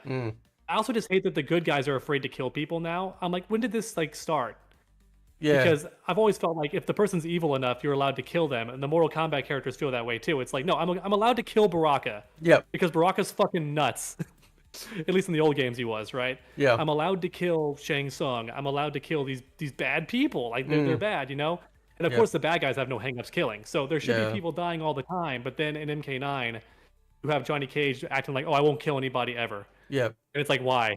That's You're the, not going to kill that creepy lizard man that tried to spit acid on you? yeah, that's the thing. Like, it's almost like they've tried to humanize villains. I think it's okay to have bad guys. You know, I don't need to know an origin story for. I think with the Dark Knight, with Heath Ledger's Joker, you know, it was kind of like when he first starts telling his story, like the first time he tells his story about, you know, how I got these scars, you know, and then you go, oh wow, that sounds like, wow, holy shit, you know. And then when he talks to somebody else, it's completely different. And then somebody else, it's completely different, right? So then you realize that, no, you're not going to get an origin story. This dude's just fucking out of his mind, right? And that was really awesome because that was a great character, like doing that. Same with Jack Nicholson's Joker as well. Like, yeah, like he kind of got an origin story, but he was kind of already crazy. And then it just he got fully tipped over the edge. But I think there's no real evil like in MK. I wanted to share this story idea. Me and Total MK talked about this a couple of times about what if they. So this was our idea, right? Is that like the next MK game comes out, right? It is a literal bait and switch, right? So it starts out and it's all everyone's happy sitting in, you know, the MK New Era, whatever, you know, with their little Prince of Persia shoes and shit like that. I can't stand those shoes. I don't know why they're wearing those shoes. And then the big pyramid or something where a Naga's locked away, he just breaks out, right? And he's just rampaging across Outworld, just murdering, killing absolutely every single person. Now, of course, I'd have to look into timelines and things like this, but essentially his goal, his focus is on getting the Kamidogu, right?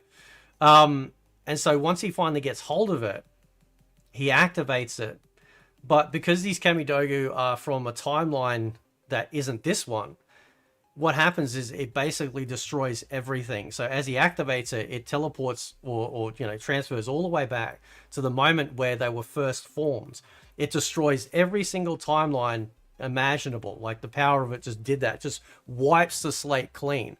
And so the bait and switch is thinking that, oh my god, we're getting this fucking Marvel story again, and then Anaga's basically just going like full Game of Thrones, and then we get essentially the cool, dark / edgy storyline going all the way back, hopefully, to the Great Kung Lao. That's what I want. No, that'd be great.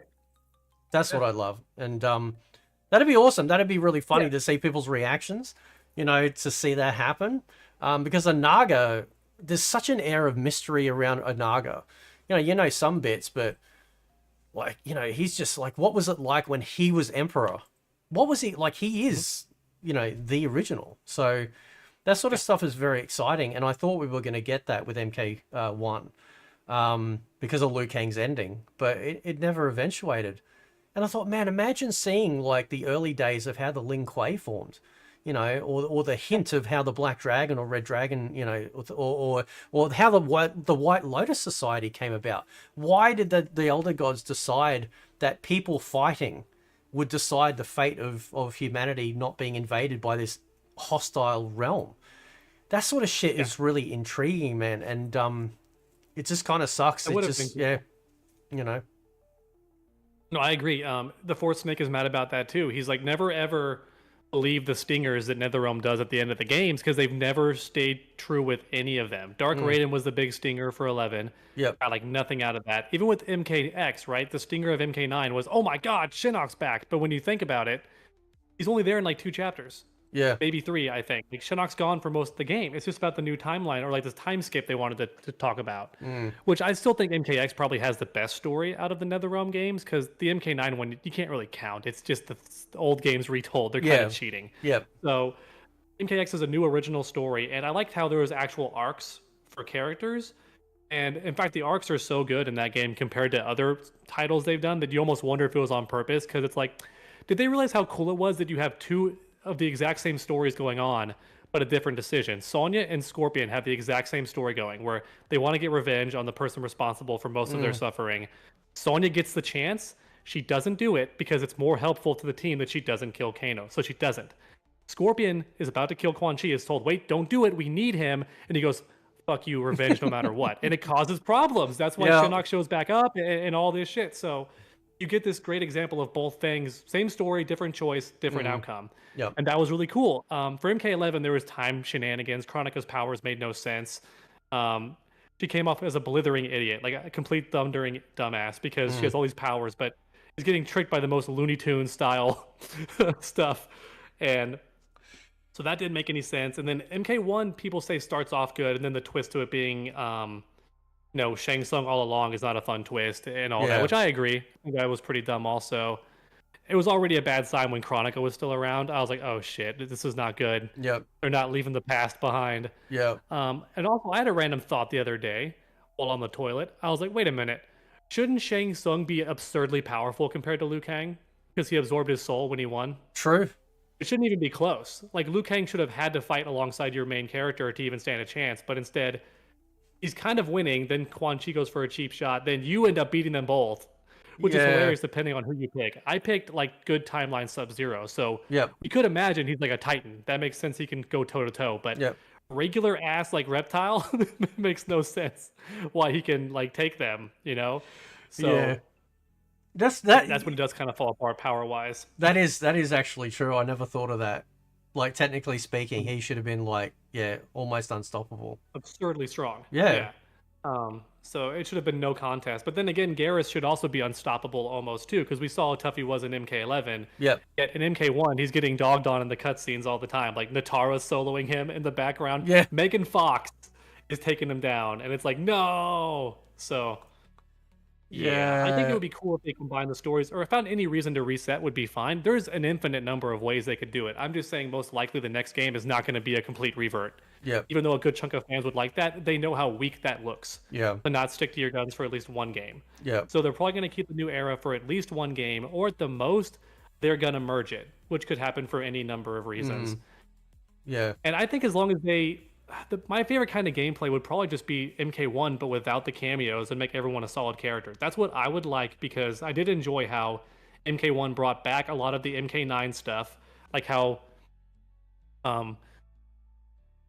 like how the EX attacks work and stuff was sent back to normal. You could no longer do the move, see if it lands or is blocked, and then enhance it. That was just too confusing. I hated that. Yeah, that was awful. Yep.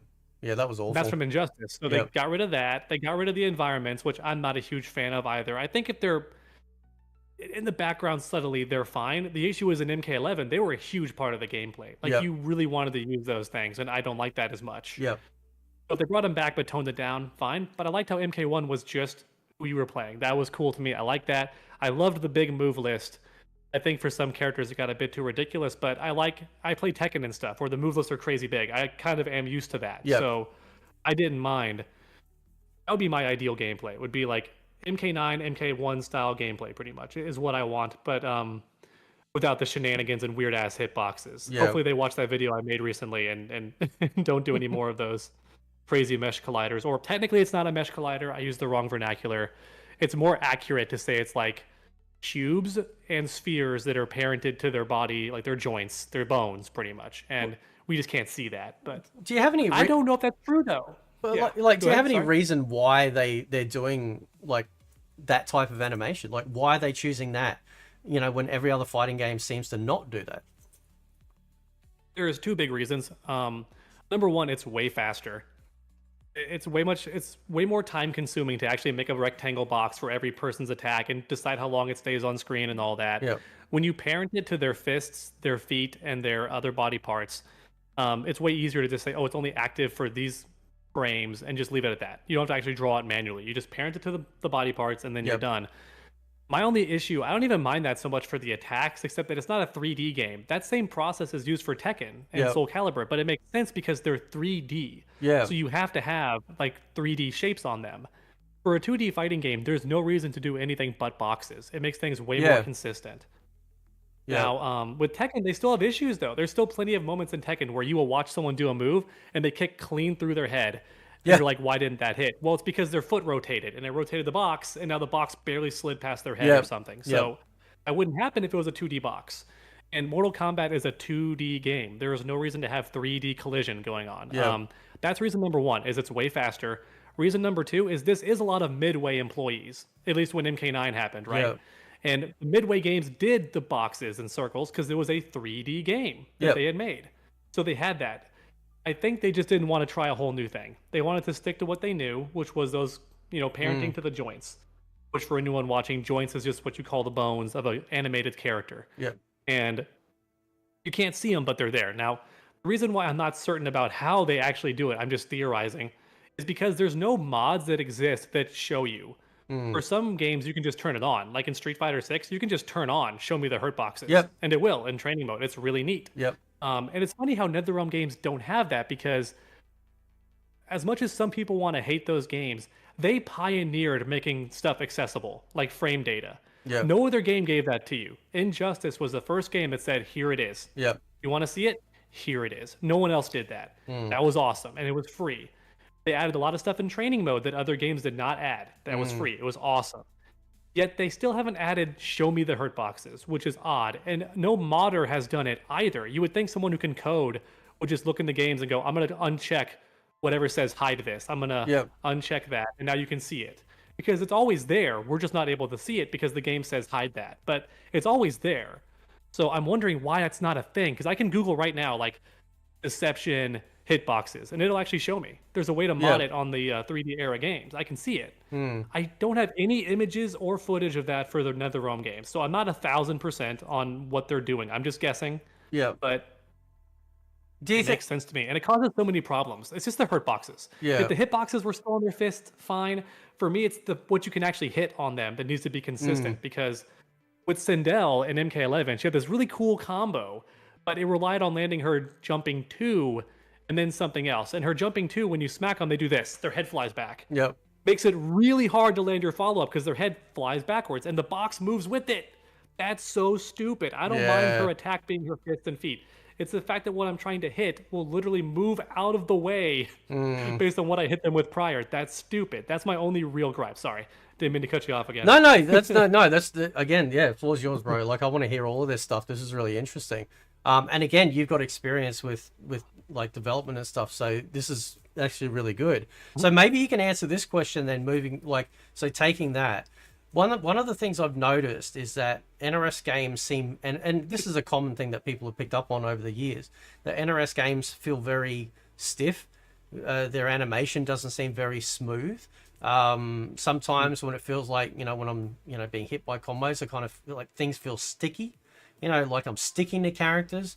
Do you have any explanation as to why, why they're actually doing that? Like why the animation feels so just jarring compared to, say, loading up against Street Fighter and stuff like that?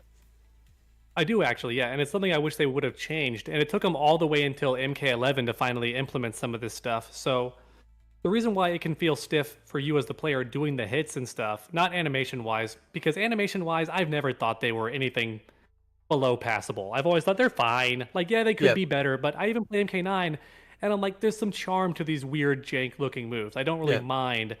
I don't mind Melina's down for like your foot just coming out looking kind of dorky. I don't mind.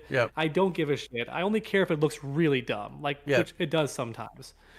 That's the problem. But for the most part, I thought their animations are completely fine, and they keep getting better in each game. So I don't have a problem with the animations too much.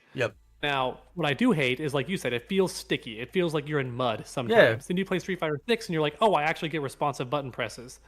Reason number one is that there's not a button buffer on a lot of stuff still. They've only added half of it, which is weird. Until MK11, and only a few months in, they finally added a system that keeps track of when you press the button a little bit early. And what this meant was, if you were blocking somebody's attack and you pressed your button a little bit too early, like 2 or 5 frames early, didn't matter. It would still come out the second you were free from block. You didn't have to time it perfectly. MK11 was the first one to have that. MKX did not have that. MK11 did not have that. So if you pressed a bit early, you just didn't get your move, which made it feel really weird. And this was on hit also. When you're hitting them and doing the combo, same thing can happen. If your move hasn't recovered, you can't start your next string. You won't get the move. And they still haven't fixed that. There is still no buffer on landing the hit, which is really stupid. They still haven't added that. So that's one reason it feels really choppy. Another reason is that I think the amount of block stun you're in is not clearly conveyed by the animation. So sometimes the enemy will do a move that hits you, you block it, you think I can attack now, but you can't because you're actually still in block stun. And the game's not good at showing that. It needs to go back to doing what MK9 did, where if you blocked a big move, you went like that on block. Like, whoa, that was a big block, or you did this, like some big thing. You just do this now in the new ones. So it's not clear how much stun you're in. They need to go back to adding that, or just don't put a ton of block stun. I swear, when you play Street Fighter or Tekken, you never feel like you're in a lot of block stun. You can usually press, and you're like, yeah, I can press here. So I would say just tone it down a lot. Tone down the block stun a lot, and that means tweaking the animations, but too bad, so sad. That's what makes the game feel smooth, is when you're not stuck blocking for too long, you're not stuck in your own attack for too long. Just keep that going smoothly. That's what I think is a big deal for it. That's the main reason I think why the games can feel a bit sticky and a bit weird. They just got to speed it up. They got to add more recovery windows. They got to add more buffer on buttons, and they got to reduce the block stun. And your own recovery on moves too. There's so many moments where I'll do a move in MK and I'll be stuck in my own move, and I'm like, why can't I move yet?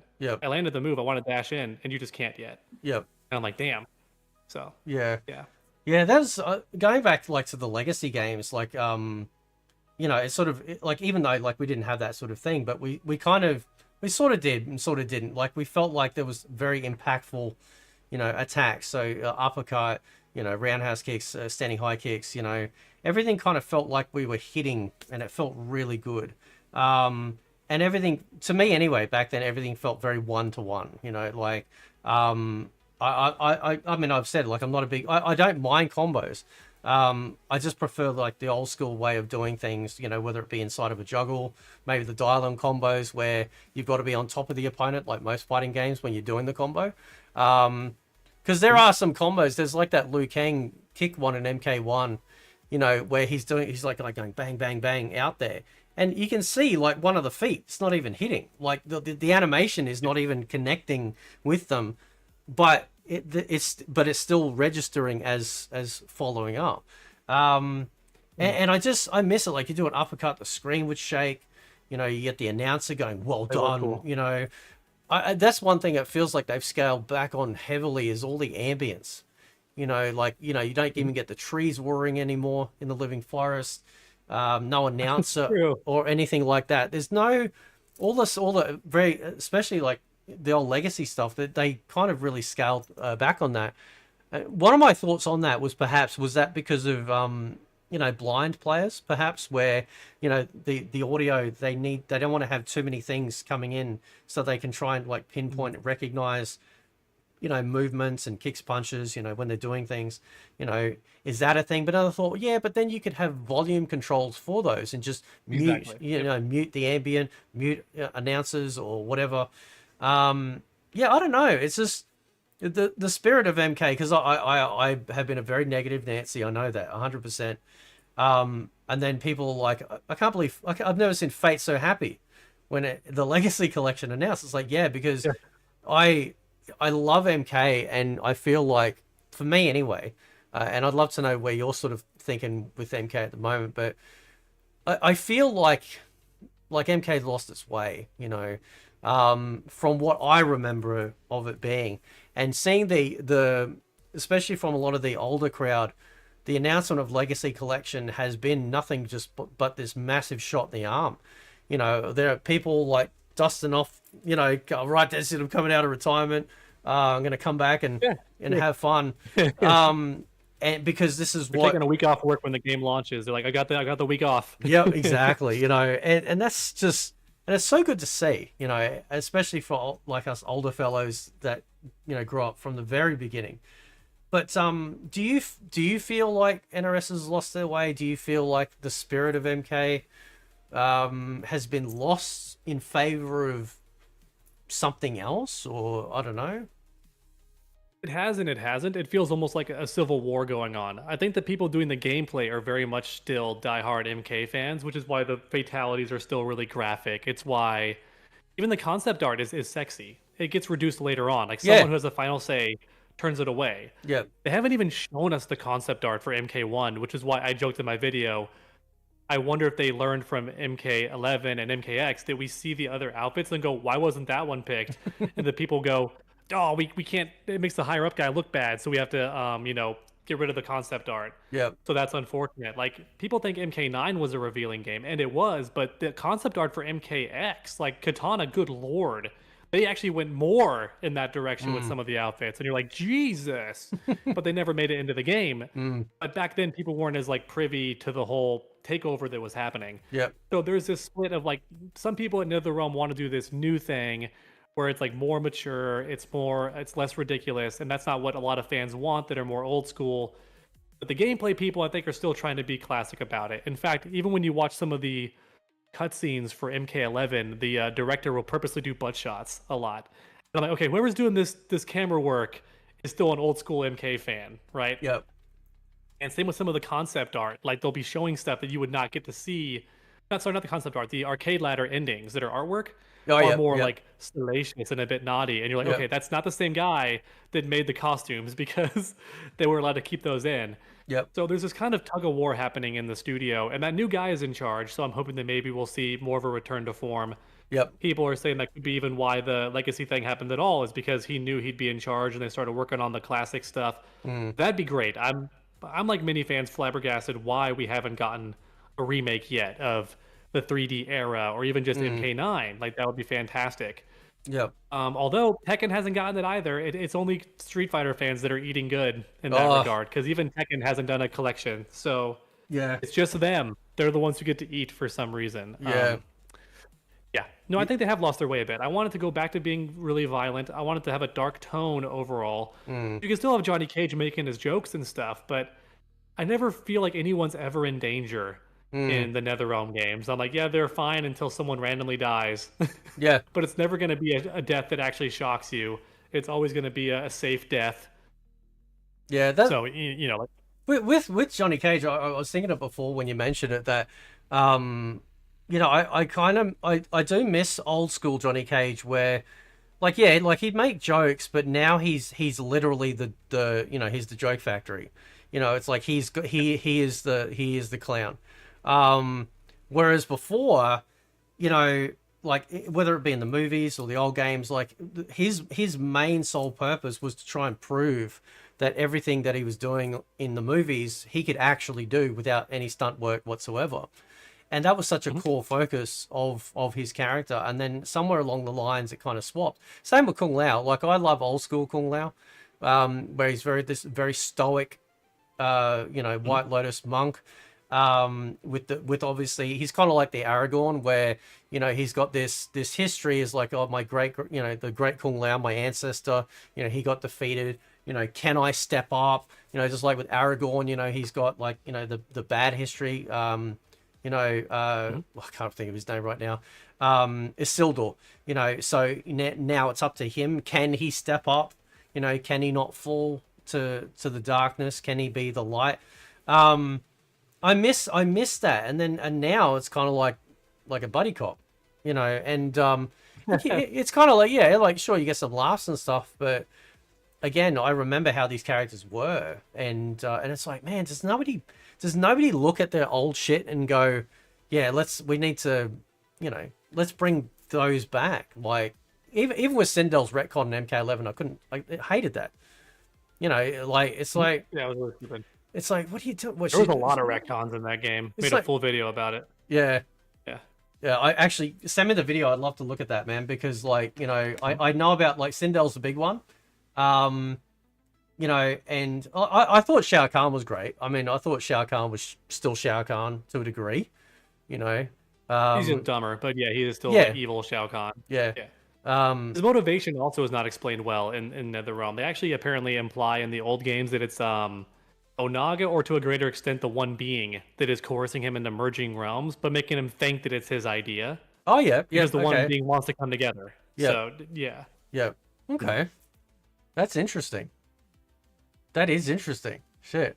So, all right, I got another question for you. I don't know. Have you got a lot of time? I don't know how much time you got, man. No, I do. I can do like maybe 30 more minutes. Okay, cool.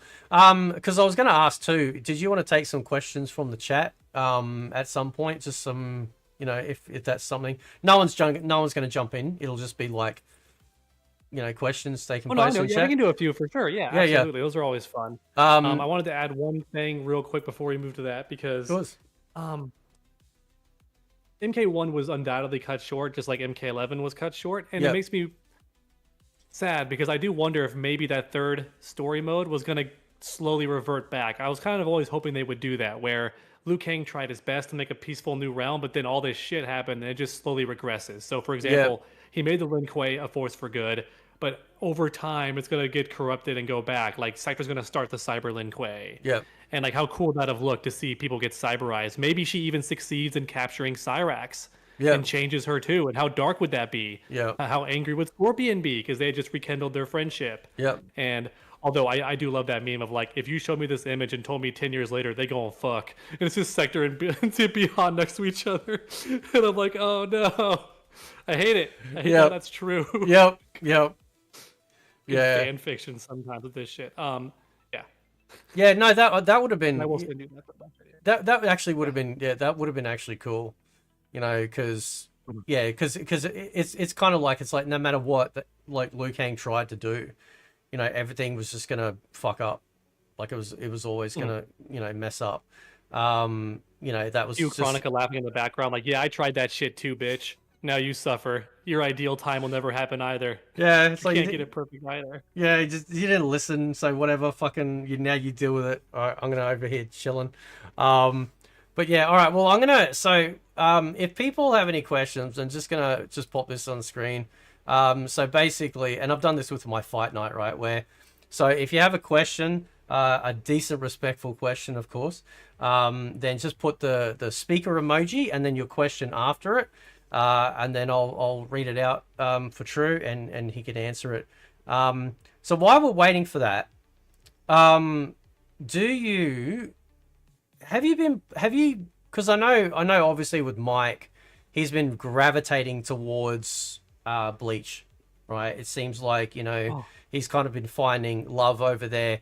Myself, over the last year or so, I've been gravitating big time to Granblue. I'm having a ball with Granblue, which is why I'm very excited about what Arc System Works are going to announce, whether it be early announcement for Season 3 for Granblue. I really love Arc System Works. They just seem to, I don't know, man. They're just like, they're only like AA releases versus the big guns of the AAAs like Tekken's and stuff.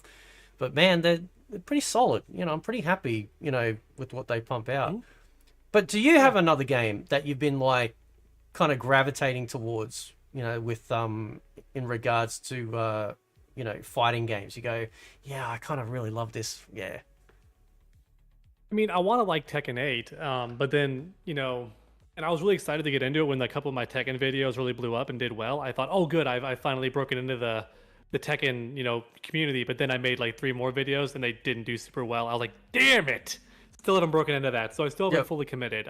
Again, that business brain, I won't fully commit unless I can do something with it. Yep. So outside of that, Marvel Rivals is the only game I'm really playing, and it's because they give you so much free stuff. It's so satisfying to play every day, and I get a free costume if I play for 2 days or something. That's really fun, and I wish that more fighting games did that. Like, I think if NetherRealm did that, because they love their whole free-to-play kind of imitation they do, where it's like, oh, just play long enough and you get this currency and you can unlock stuff, but they haven't quite figured out how to do it. They got close in MK11, but not quite, where it's like, oh, you don't have to win, just land this many uppercuts or land this many throws. And that was close, but I think they have to dig a bit deeper and also make it character specific. That way people feel like motivated to switch characters, which I think is the most fun with a fighting game, is learning every character to a little bit of an extent, because then you realize, wow, I actually love this character. When I first saw Jackie get revealed for MK11, I was like, fuck me, this character's back.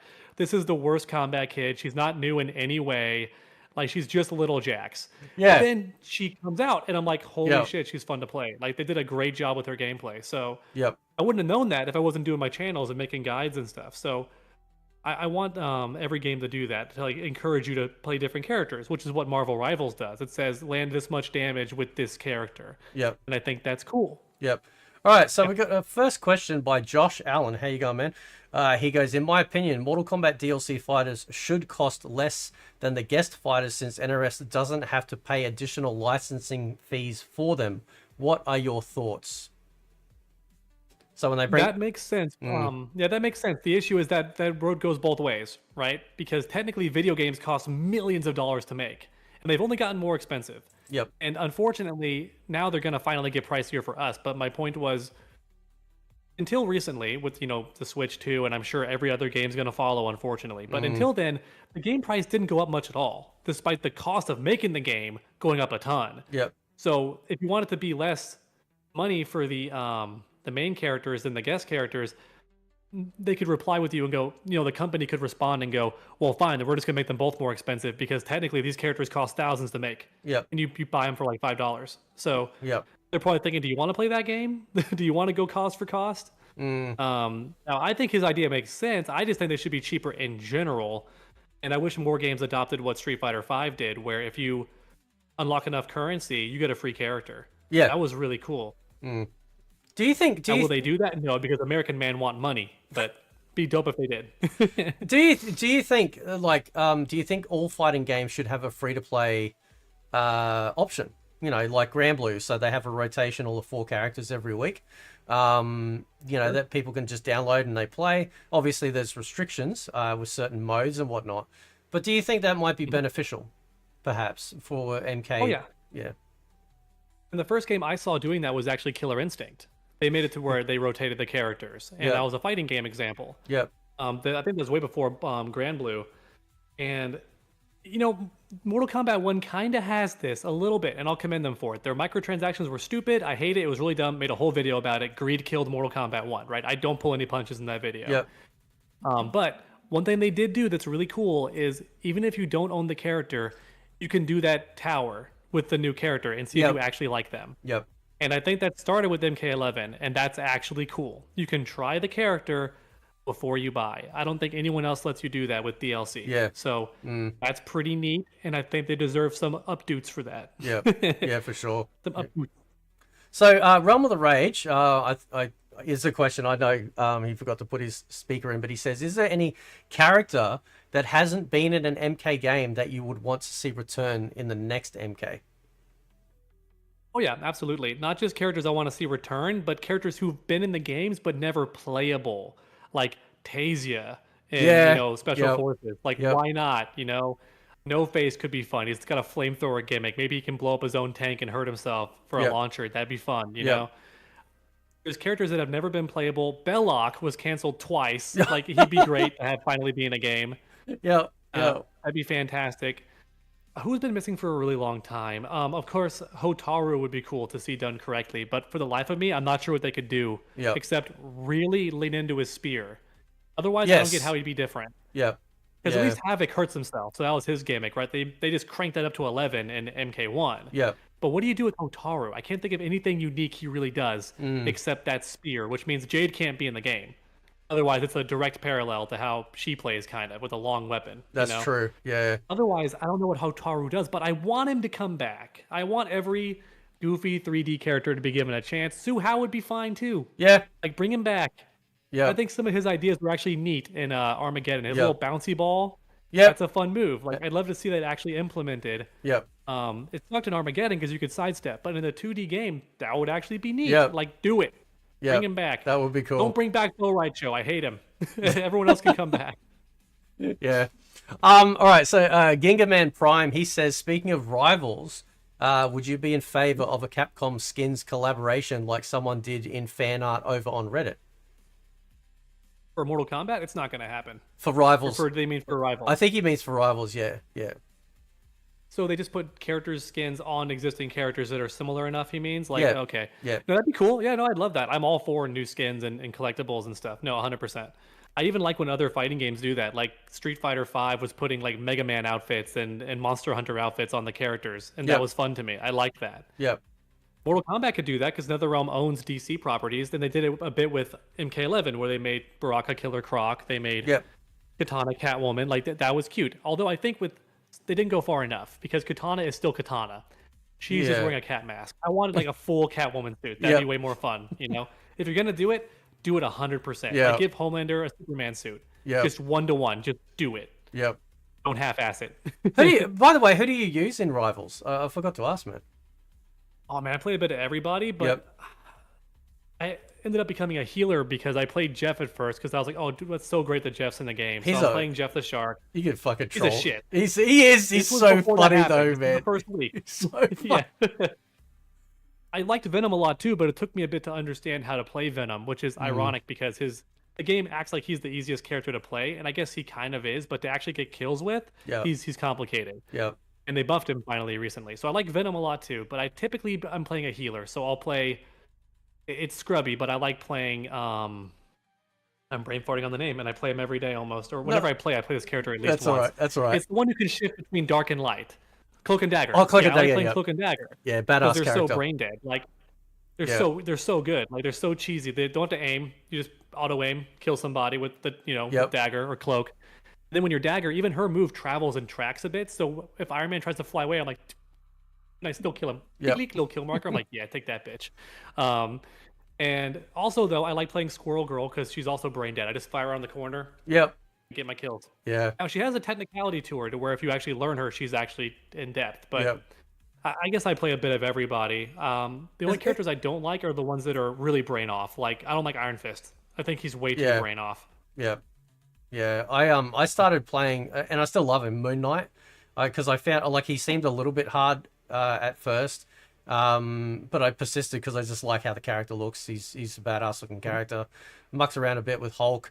My daughter actually she loved using magic. Actually, she just loved going in there with a big sword and just going all Viking on people. So yeah, she loved that. All right, next question we got by DRoss2. He says, what fighting game franchise needs a revival? For me, it's Bloody Roar. Absolutely. Same. Okay.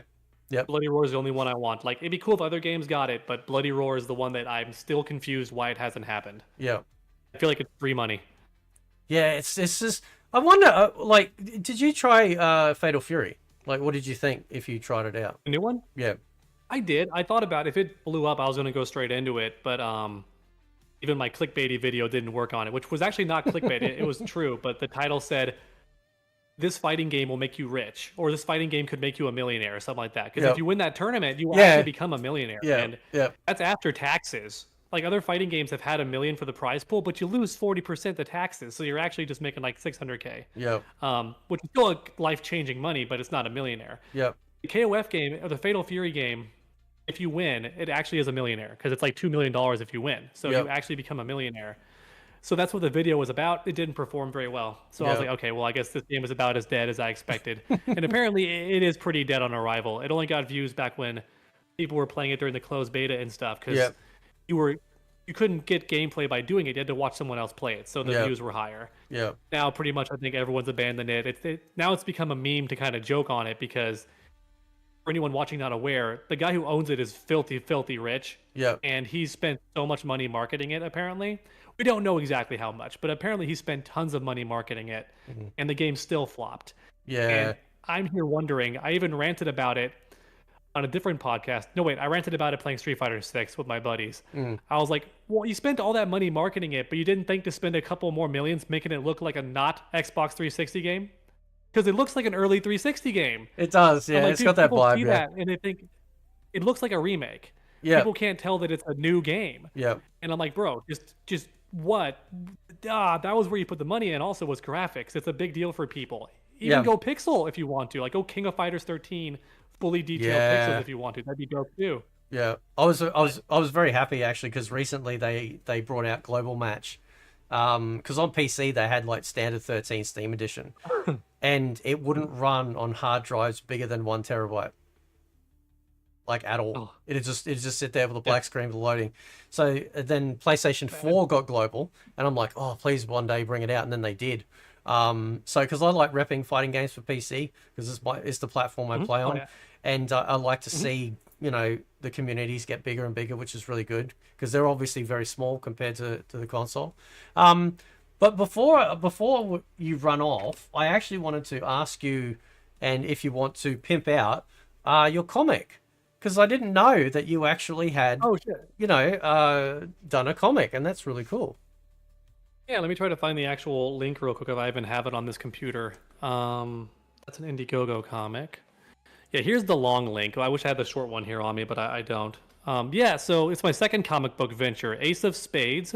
It takes place in future Las Vegas, got some cyberpunk elements to it, but it's more like Robin Hood. In Las Vegas in the future. That's my pitch. They say to keep pitches short. That's the pitch. It's got action. It's got some sex appeal to it. It's got a little bit of gore, not too much. I don't want to lean too hard into that for this comic, but it's meant to just be like everything you'd want if you're an early 2000s or 90s comic book lover. It's got that kind of vibe to it. It's fun. It's actiony. There's no politics in it. It's apolitical. Nice. It's just fun. So I'll put the link right here if you want to put it on your video somehow for the chat to see. But here's the link to it. And don't get dismayed by the amount of funding or progress. Even if we don't reach that mark, it's a flexible goal. So everyone who purchases a comic gets a comic. Doesn't matter if we reach that 10,000 goal at all. I just like putting it there. I like to aim big. But it doesn't matter if we don't reach it. My last comic only made like 5,000. That's completely fine. Just if you buy it, you get it. I just want people to know that 100% it's happening. If you live outside the US, unfortunately, all we can do for now is digital until I put the comic on Amazon or something.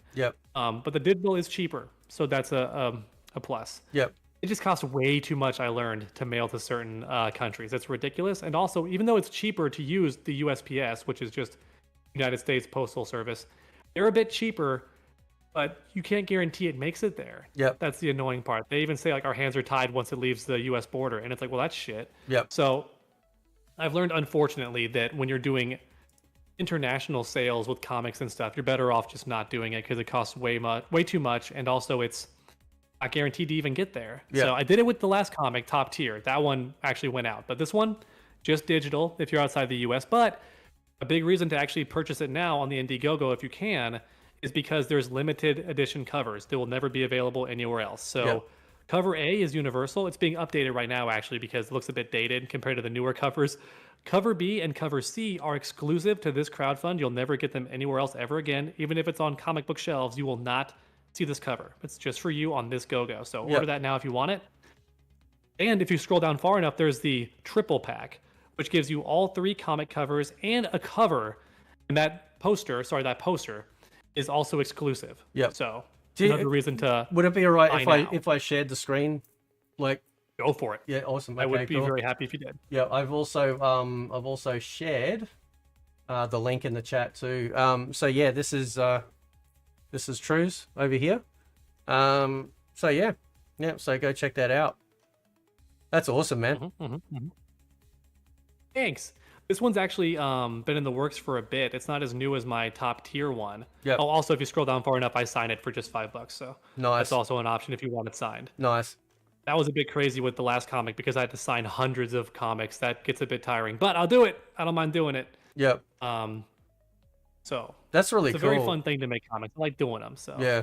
I've always loved comic books. Yeah. It's a little side thing I'm doing. It's always a net loss for me. I almost never make money from it, but it's a fun thing to do on the side. And I don't lose too much. I make almost all the cost back. I just don't earn anything. Yeah. So. No, that's awesome. Like that's the artworks look nice and clean, you know. He's awesome. This artist is really talented. Rodrigo Sevilla is very, very talented. He did the top tier comic also, which has a completely different art style. Yep. So he's very flexible on what kind of art he does. I really like it and I appreciate him. Yep. Yeah, and I like you mentioned Cyberpunk, man, and like that's it. I'm there. I love Cyberpunk. Always have, you know, so you know, if anything's got like a Cyberpunk feel to it, I'm in. So actually that's an interesting question. Here you go. Here's a question for you. What if they made a futuristic Mortal Kombat, like a Cyberpunk, like everyone is augmented, you know, all sorts of shit set in a futuristic Cyberpunk world? How do you think that that'd be kind of cool? Maybe, I don't know.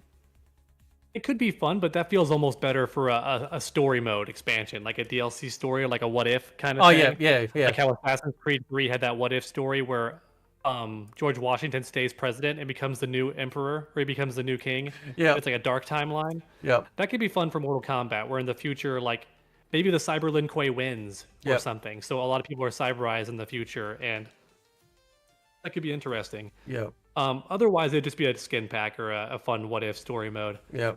Not sure if a lot of the characters having magic is a big deal, you know, in Mortal Kombat, and that goes away if it's all sci-fi. Yeah. So you have to kind of walk that little tightrope there. Guilty Gear does that though; it has sci-fi and magic mixed in. Yeah. So That's true. Yeah.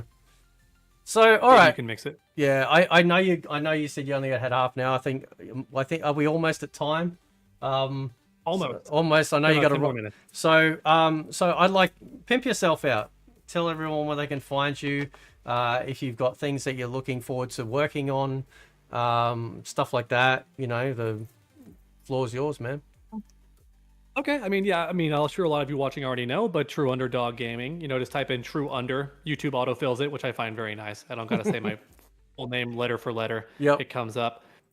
If you want to, give the new video a chance, everybody. It's interesting. It talks about the strongest characters in every Mortal Kombat game. So from the very first original to the newest game, it talks about the strongest characters, and it even ranks them based on what their power was. So Yep. for example, I don't mean story-wise, I mean gameplay, by the way. But for example, some characters were strong because they broke the game. Yeah. Like they had an infinite. Frost had an infinite in Deadly Alliance because of how the block system worked in that game. So she had an infinite. But then characters like Scorpion were arguably better just because he was so good. He wasn't Yep. broken in a game-breaking sense. He was just so good that there was very little you could do against him. So it's got tiers based around that. There's the game-breaking tier. There's the perfect tier.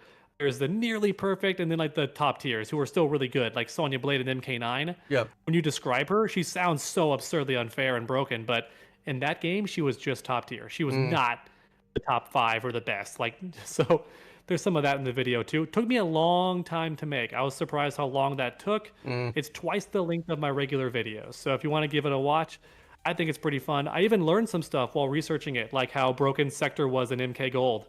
And Oh, really? how it came down to a very basic reason. Yeah, I didn't Yep. know why. I had to do some research on it, but the reason Sector was broken is because his missiles stayed on screen for longer and you could keep firing them. The game didn't limit how many, so you could go one tracking missile, one tracking missile, one tracking missile, and by the time you mashed it, there was like 4 on screen and the opponent had no chance. Because even if they hit you, the missile came and hit them in the back, which I jokingly call back shots in the video. My friend found that very funny because I said, "You take back shots until you die," and I didn't even explain on that. It's just a joke for anyone that catches it. You know, I You thought either don't hear it or you spit out your coffee. No, it warms my heart to know that I'm not the only perverted fellow in the space of Mortal Kombat content creation. Right? We're just, you know, like we're teasing it out of you. Oh, I love dark humor and crude jokes, 100%. Yeah, Nice. no, I'm very much a 90s. I'm a late 90s kid or an early 2000s kid. Back when raunchiness was the entire meta. You know? Oh yeah, of course, yeah. I don't do it myself because it's kind of vulgar. I don't do it all the time. If I do, it's like a tongue-in-cheek kind of joke. But I like it in the games if the fans want it. Yep. I also understand why you dial it back. It's just that for some games it's stupid. Like in Street Fighter, I understand if you want to make Cammy's outfit not default anymore because it's kind of ridiculous. Yep. Fine. It's still in there though, and that's the rule. It's still in there. Yep. For Mortal Kombat, it feels really weird to try and grandstand and be like, "Oh, we've matured past that." Your whole selling point is killing people as graphically as possible. You can't morally stand on shit. Like you realistically just can't. It's true. Yeah. And so it doesn't make sense to me. Whoever that is, that's a prude. Go away. Yeah. Please. Yeah. It doesn't make sense. So, actually, one quick question before you run off. And I don't want to know how you do it because that's obviously like a secret. We all have our own secrets the way we do stuff.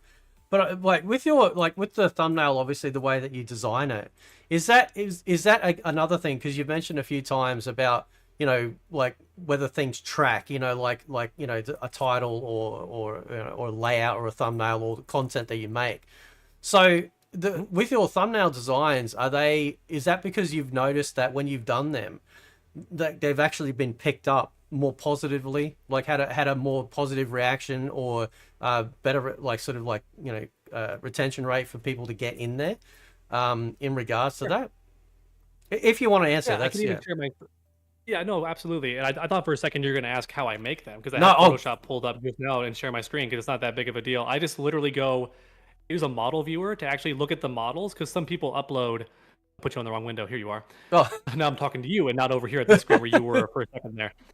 So a lot of people will upload the 3D models of the characters to Google or something. And so I can just Google the character. I'll put a filter on them, which some people think is AI. It's almost never AI. I am guilty of using it sometimes back in the past, but recently almost never. Yep. And I just literally, I take a 3D model or an action figure sometimes. If the action figure looks good, I'm like, that's good. I'll use that guy and I'll put a filter on him.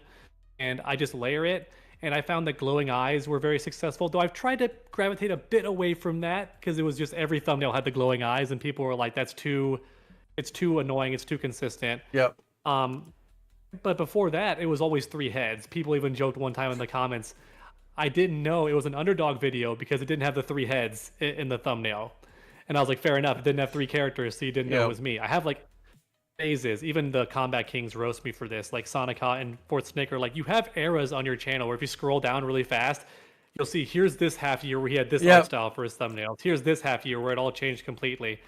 I do try to make it consistent. I do try to brand it a bit so that even if you don't see my name, you go, that's his thumbnail. Yeah. And some people will call that lazy because they all look the same, but there's actually a lot more effort that goes into it than people will ever see, where I do add filters and HD effects on it. I add contrast. I throw on saturation filters. I micro scale some things around to look better because sometimes those characters, when you zoom in, they don't look good. So I've actually photoshopped their face myself. I'm like, good Lord, they look terrible. Yep. It kind of reminds me more effort. It kind of reminds me back in the day. I don't know if you ever looked into, you know, when people used to make Quake or Quake 2 skins or even Quake 3 skins, you know, where like obviously when you unwrap it around the 3D model, it's like flat, you know, like this it's just flat and the face flattens out, you know, and that's what they kind of remind. It kind of gives me that old school kind of look, you know, in regards to that. But yeah, no, I had to do that in graphic design. I mean, I had to do that in game design school. I had to actually unwrap the polygons myself and make what's called a UV mesh, and then I had to paint it myself in Photoshop, and then you wrap it back on. Yep. Then later on, they finally made technology that does that for you, so you can paint on the actual 3D character. Yep. But if you look to the right, so it's almost like you're airbrushing or painting a 3D model in real life, like an action figure. But if you look to your right, you'll see what the computer's doing, which is painting the UV maps for you. Yep. So it's pretty neat. Yep. Yeah, it will have that look when you zoom in too close on like a MK9 character or Yep. an MKX character. They have that old school Quake look. You're not meant to get that close on a lot of these characters. The Yep. only exception was MK11 and also Injustice 2 had pretty good faces. Yep. But after that, whoa, don't get too close. Yeah, that's true. Well, listen, man, thank you. Thank you so much for coming on. Again, apologies if I caused any distress or anything with any stuff I ever did in the past. But it's been actually really good, you know, especially with the beef between me and Mike sorting out. You know, made me also look at my content and, you know, realize that I can do better. But yeah, like I said in the beginning, if you see anything, if you see a fake video pop up with your face, you know, like an old video, just please let me know. And I'll just, Yeah, and you know what? I take can it actually down. hide mine too in good faith. I'll do the same thing. That So- way, it's complete solidarity. I'll hide mine also. Yeah. Because I can't even hate too much, man. Like the apology was nice. You don't got to keep going because I've made a couple of videos that involved you too. So like the game was back and forth a little bit. Yeah. The only time it ever really bothered me, I don't think you were too guilty about this, except the thumbnail maybe. But some people will just at the very start of the video call me a liar out of the gate. They'll say, "Oh, he's slobbering on that Netherrealm knob." Although they're not that creative. That's me making that joke. They'll be Yeah, more yeah. direct about it, like, "Oh, he's a diehard shill," and I'm like, "How do you not even glance at my channel and see all the negative videos I Yeah. make about Netherrealm and other games? Like, Yeah. I just talk. Yeah. I Yeah. don't go all like." I don't take the gloves off completely because my audience doesn't like when I do that. And I Yeah. understand they're not used to that side. And I don't even like being that person either. Some Yeah. channels are just that. They're gloves off the whole time. Yeah. Like Nerdrotic does not pull any punches. Yeah. Critical Drinker is a bit more fair, but he's also punching, you know. Yeah.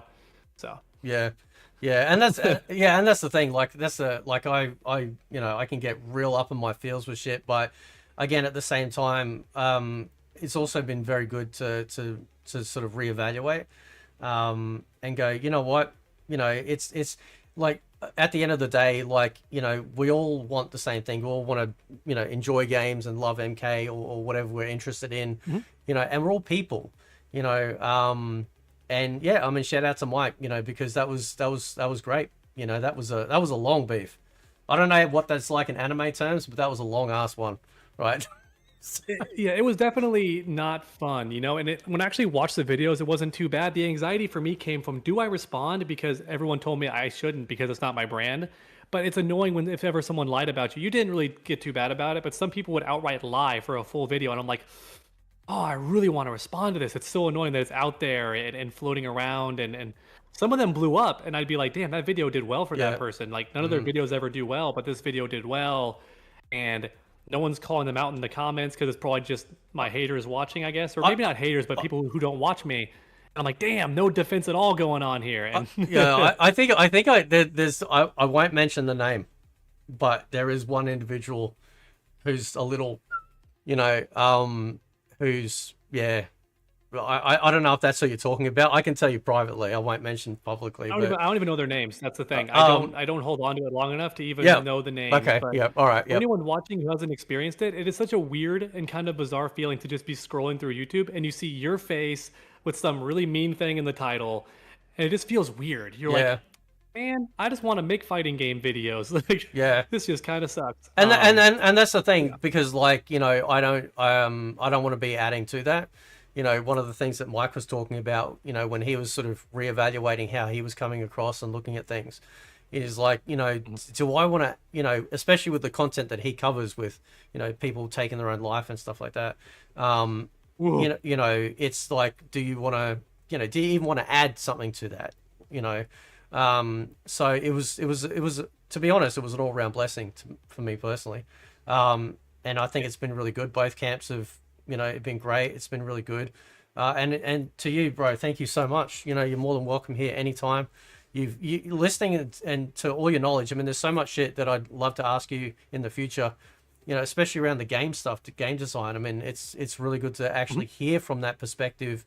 And you gave me insight into, you know, like, you know, your theories and ways that I've had long-standing questions about when things like animation and stuff like that. So yeah, that was awesome. Thanks, man. Yeah. It's all very neat. I had a very fun time, man. This was a very fun podcast. Not gonna lie, I had a great time. So I really appreciate it. No, that's all right. Thank you so much. So I think everyone being at peace is like the best possible. This feels like a cheesy, good anime ending almost. It's like it turned out way happier than I ever thought it would end up being. well, shit, man, we're doing a better job than Liu Kang did, right? Like we actually, Well, he kind of sucks Yeah. at his job. that is true. Yeah. All right. Well, I'll let you go, man. You know. So, but thank you so much. Thank you so much for being here, man. It was a pleasure. You as well. I appreciate it. Thank you for your time, and thank you to everyone who stuck around and watched. Really appreciate y'all as well. Have a fantastic week. You too, Bye-bye. man. All right. Catch you, dude.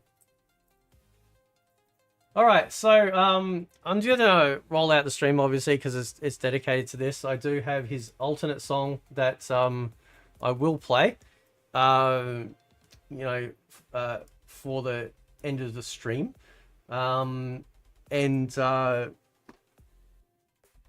Have I got it ready to go? There we go.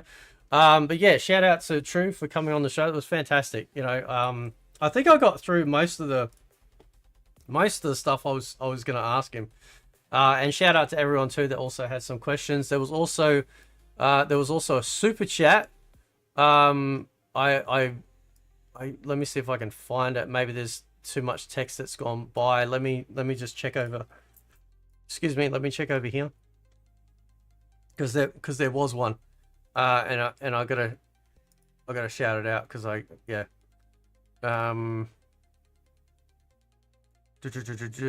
is it? I think it might be in here. Is it under here? I think it's under here. Yes. So that was from Ginga Prime. Shout out to Ginga Prime with the $5. Thanks. Yeah, and that was. Hang on. Can I click on the whole thing?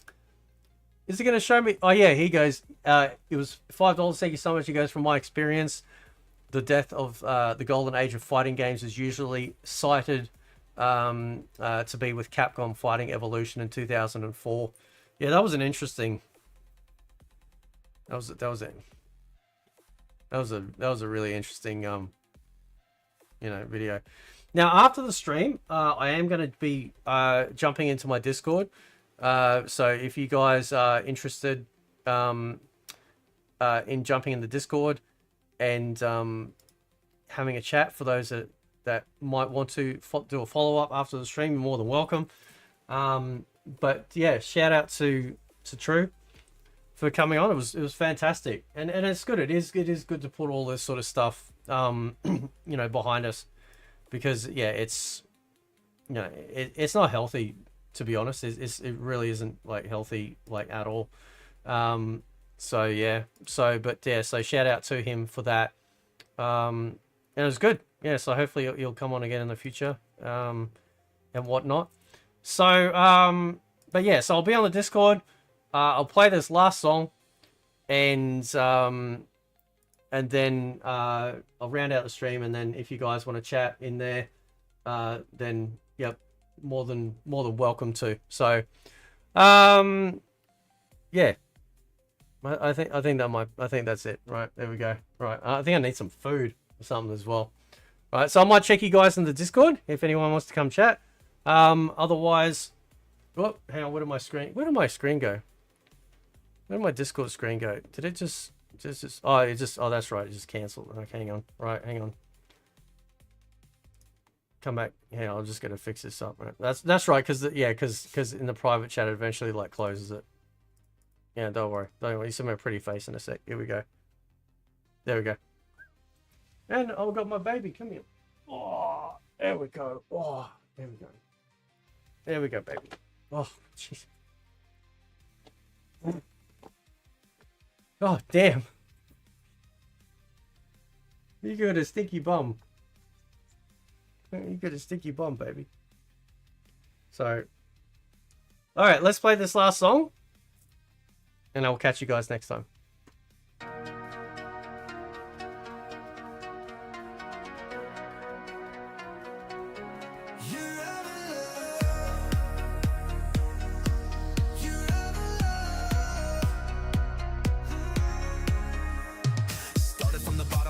For the fight, now he's breaking down the legends in the the shadows or the light. From Liu Kang kicks the scorpion's chain. He explains every frame, every move in the game. Combo king, he's the sage in disguise. With a breakdown so clean it'll open your eyes. No fluff, just facts with a lethal touch. In a world full of noise, he don't talk too much. True underdog, you know the name. Breaking down battles in the nether realm flame. Finish him quick or grind for the fame. He's repping the truth in the Mortal Kombat game. Climb from the corner, traps the fatal blows. In the voice you trust when the mystery grows. So if you're feeling lost in that FGC fog, just hit play and follow the dog. No gimmicks, no cap, no bait in the game. Skill and respect, he educates great. From MK classics to injustice plays, he's been schooling the net for 100 days. Zone and a rush down, he breaks it apart. Every character's depth, every meter, every chart. No bias, just balanced, he keeps it raw. And he don't play favorites, he plays the law. Came up with the grind, no cheat codes used. Never sold out, never left fans confused. Underdog, nah, he's the king of the cage. With a mind like Raiden and Sub-Zero rage.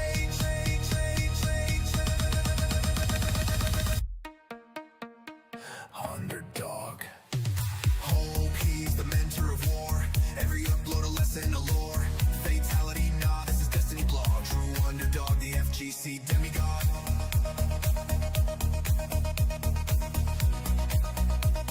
You are Underdog, you know the name. Breaking down battles in the nether realm flame. Finish it quick or grind for the fame. He's repping the truth in the Mortal Kombat game. Clock from the corner, traps the fatal blows. He's the voice you trust when the mystery grows. So if you're feeling lost in that FGC fog, just hit play and follow the dog.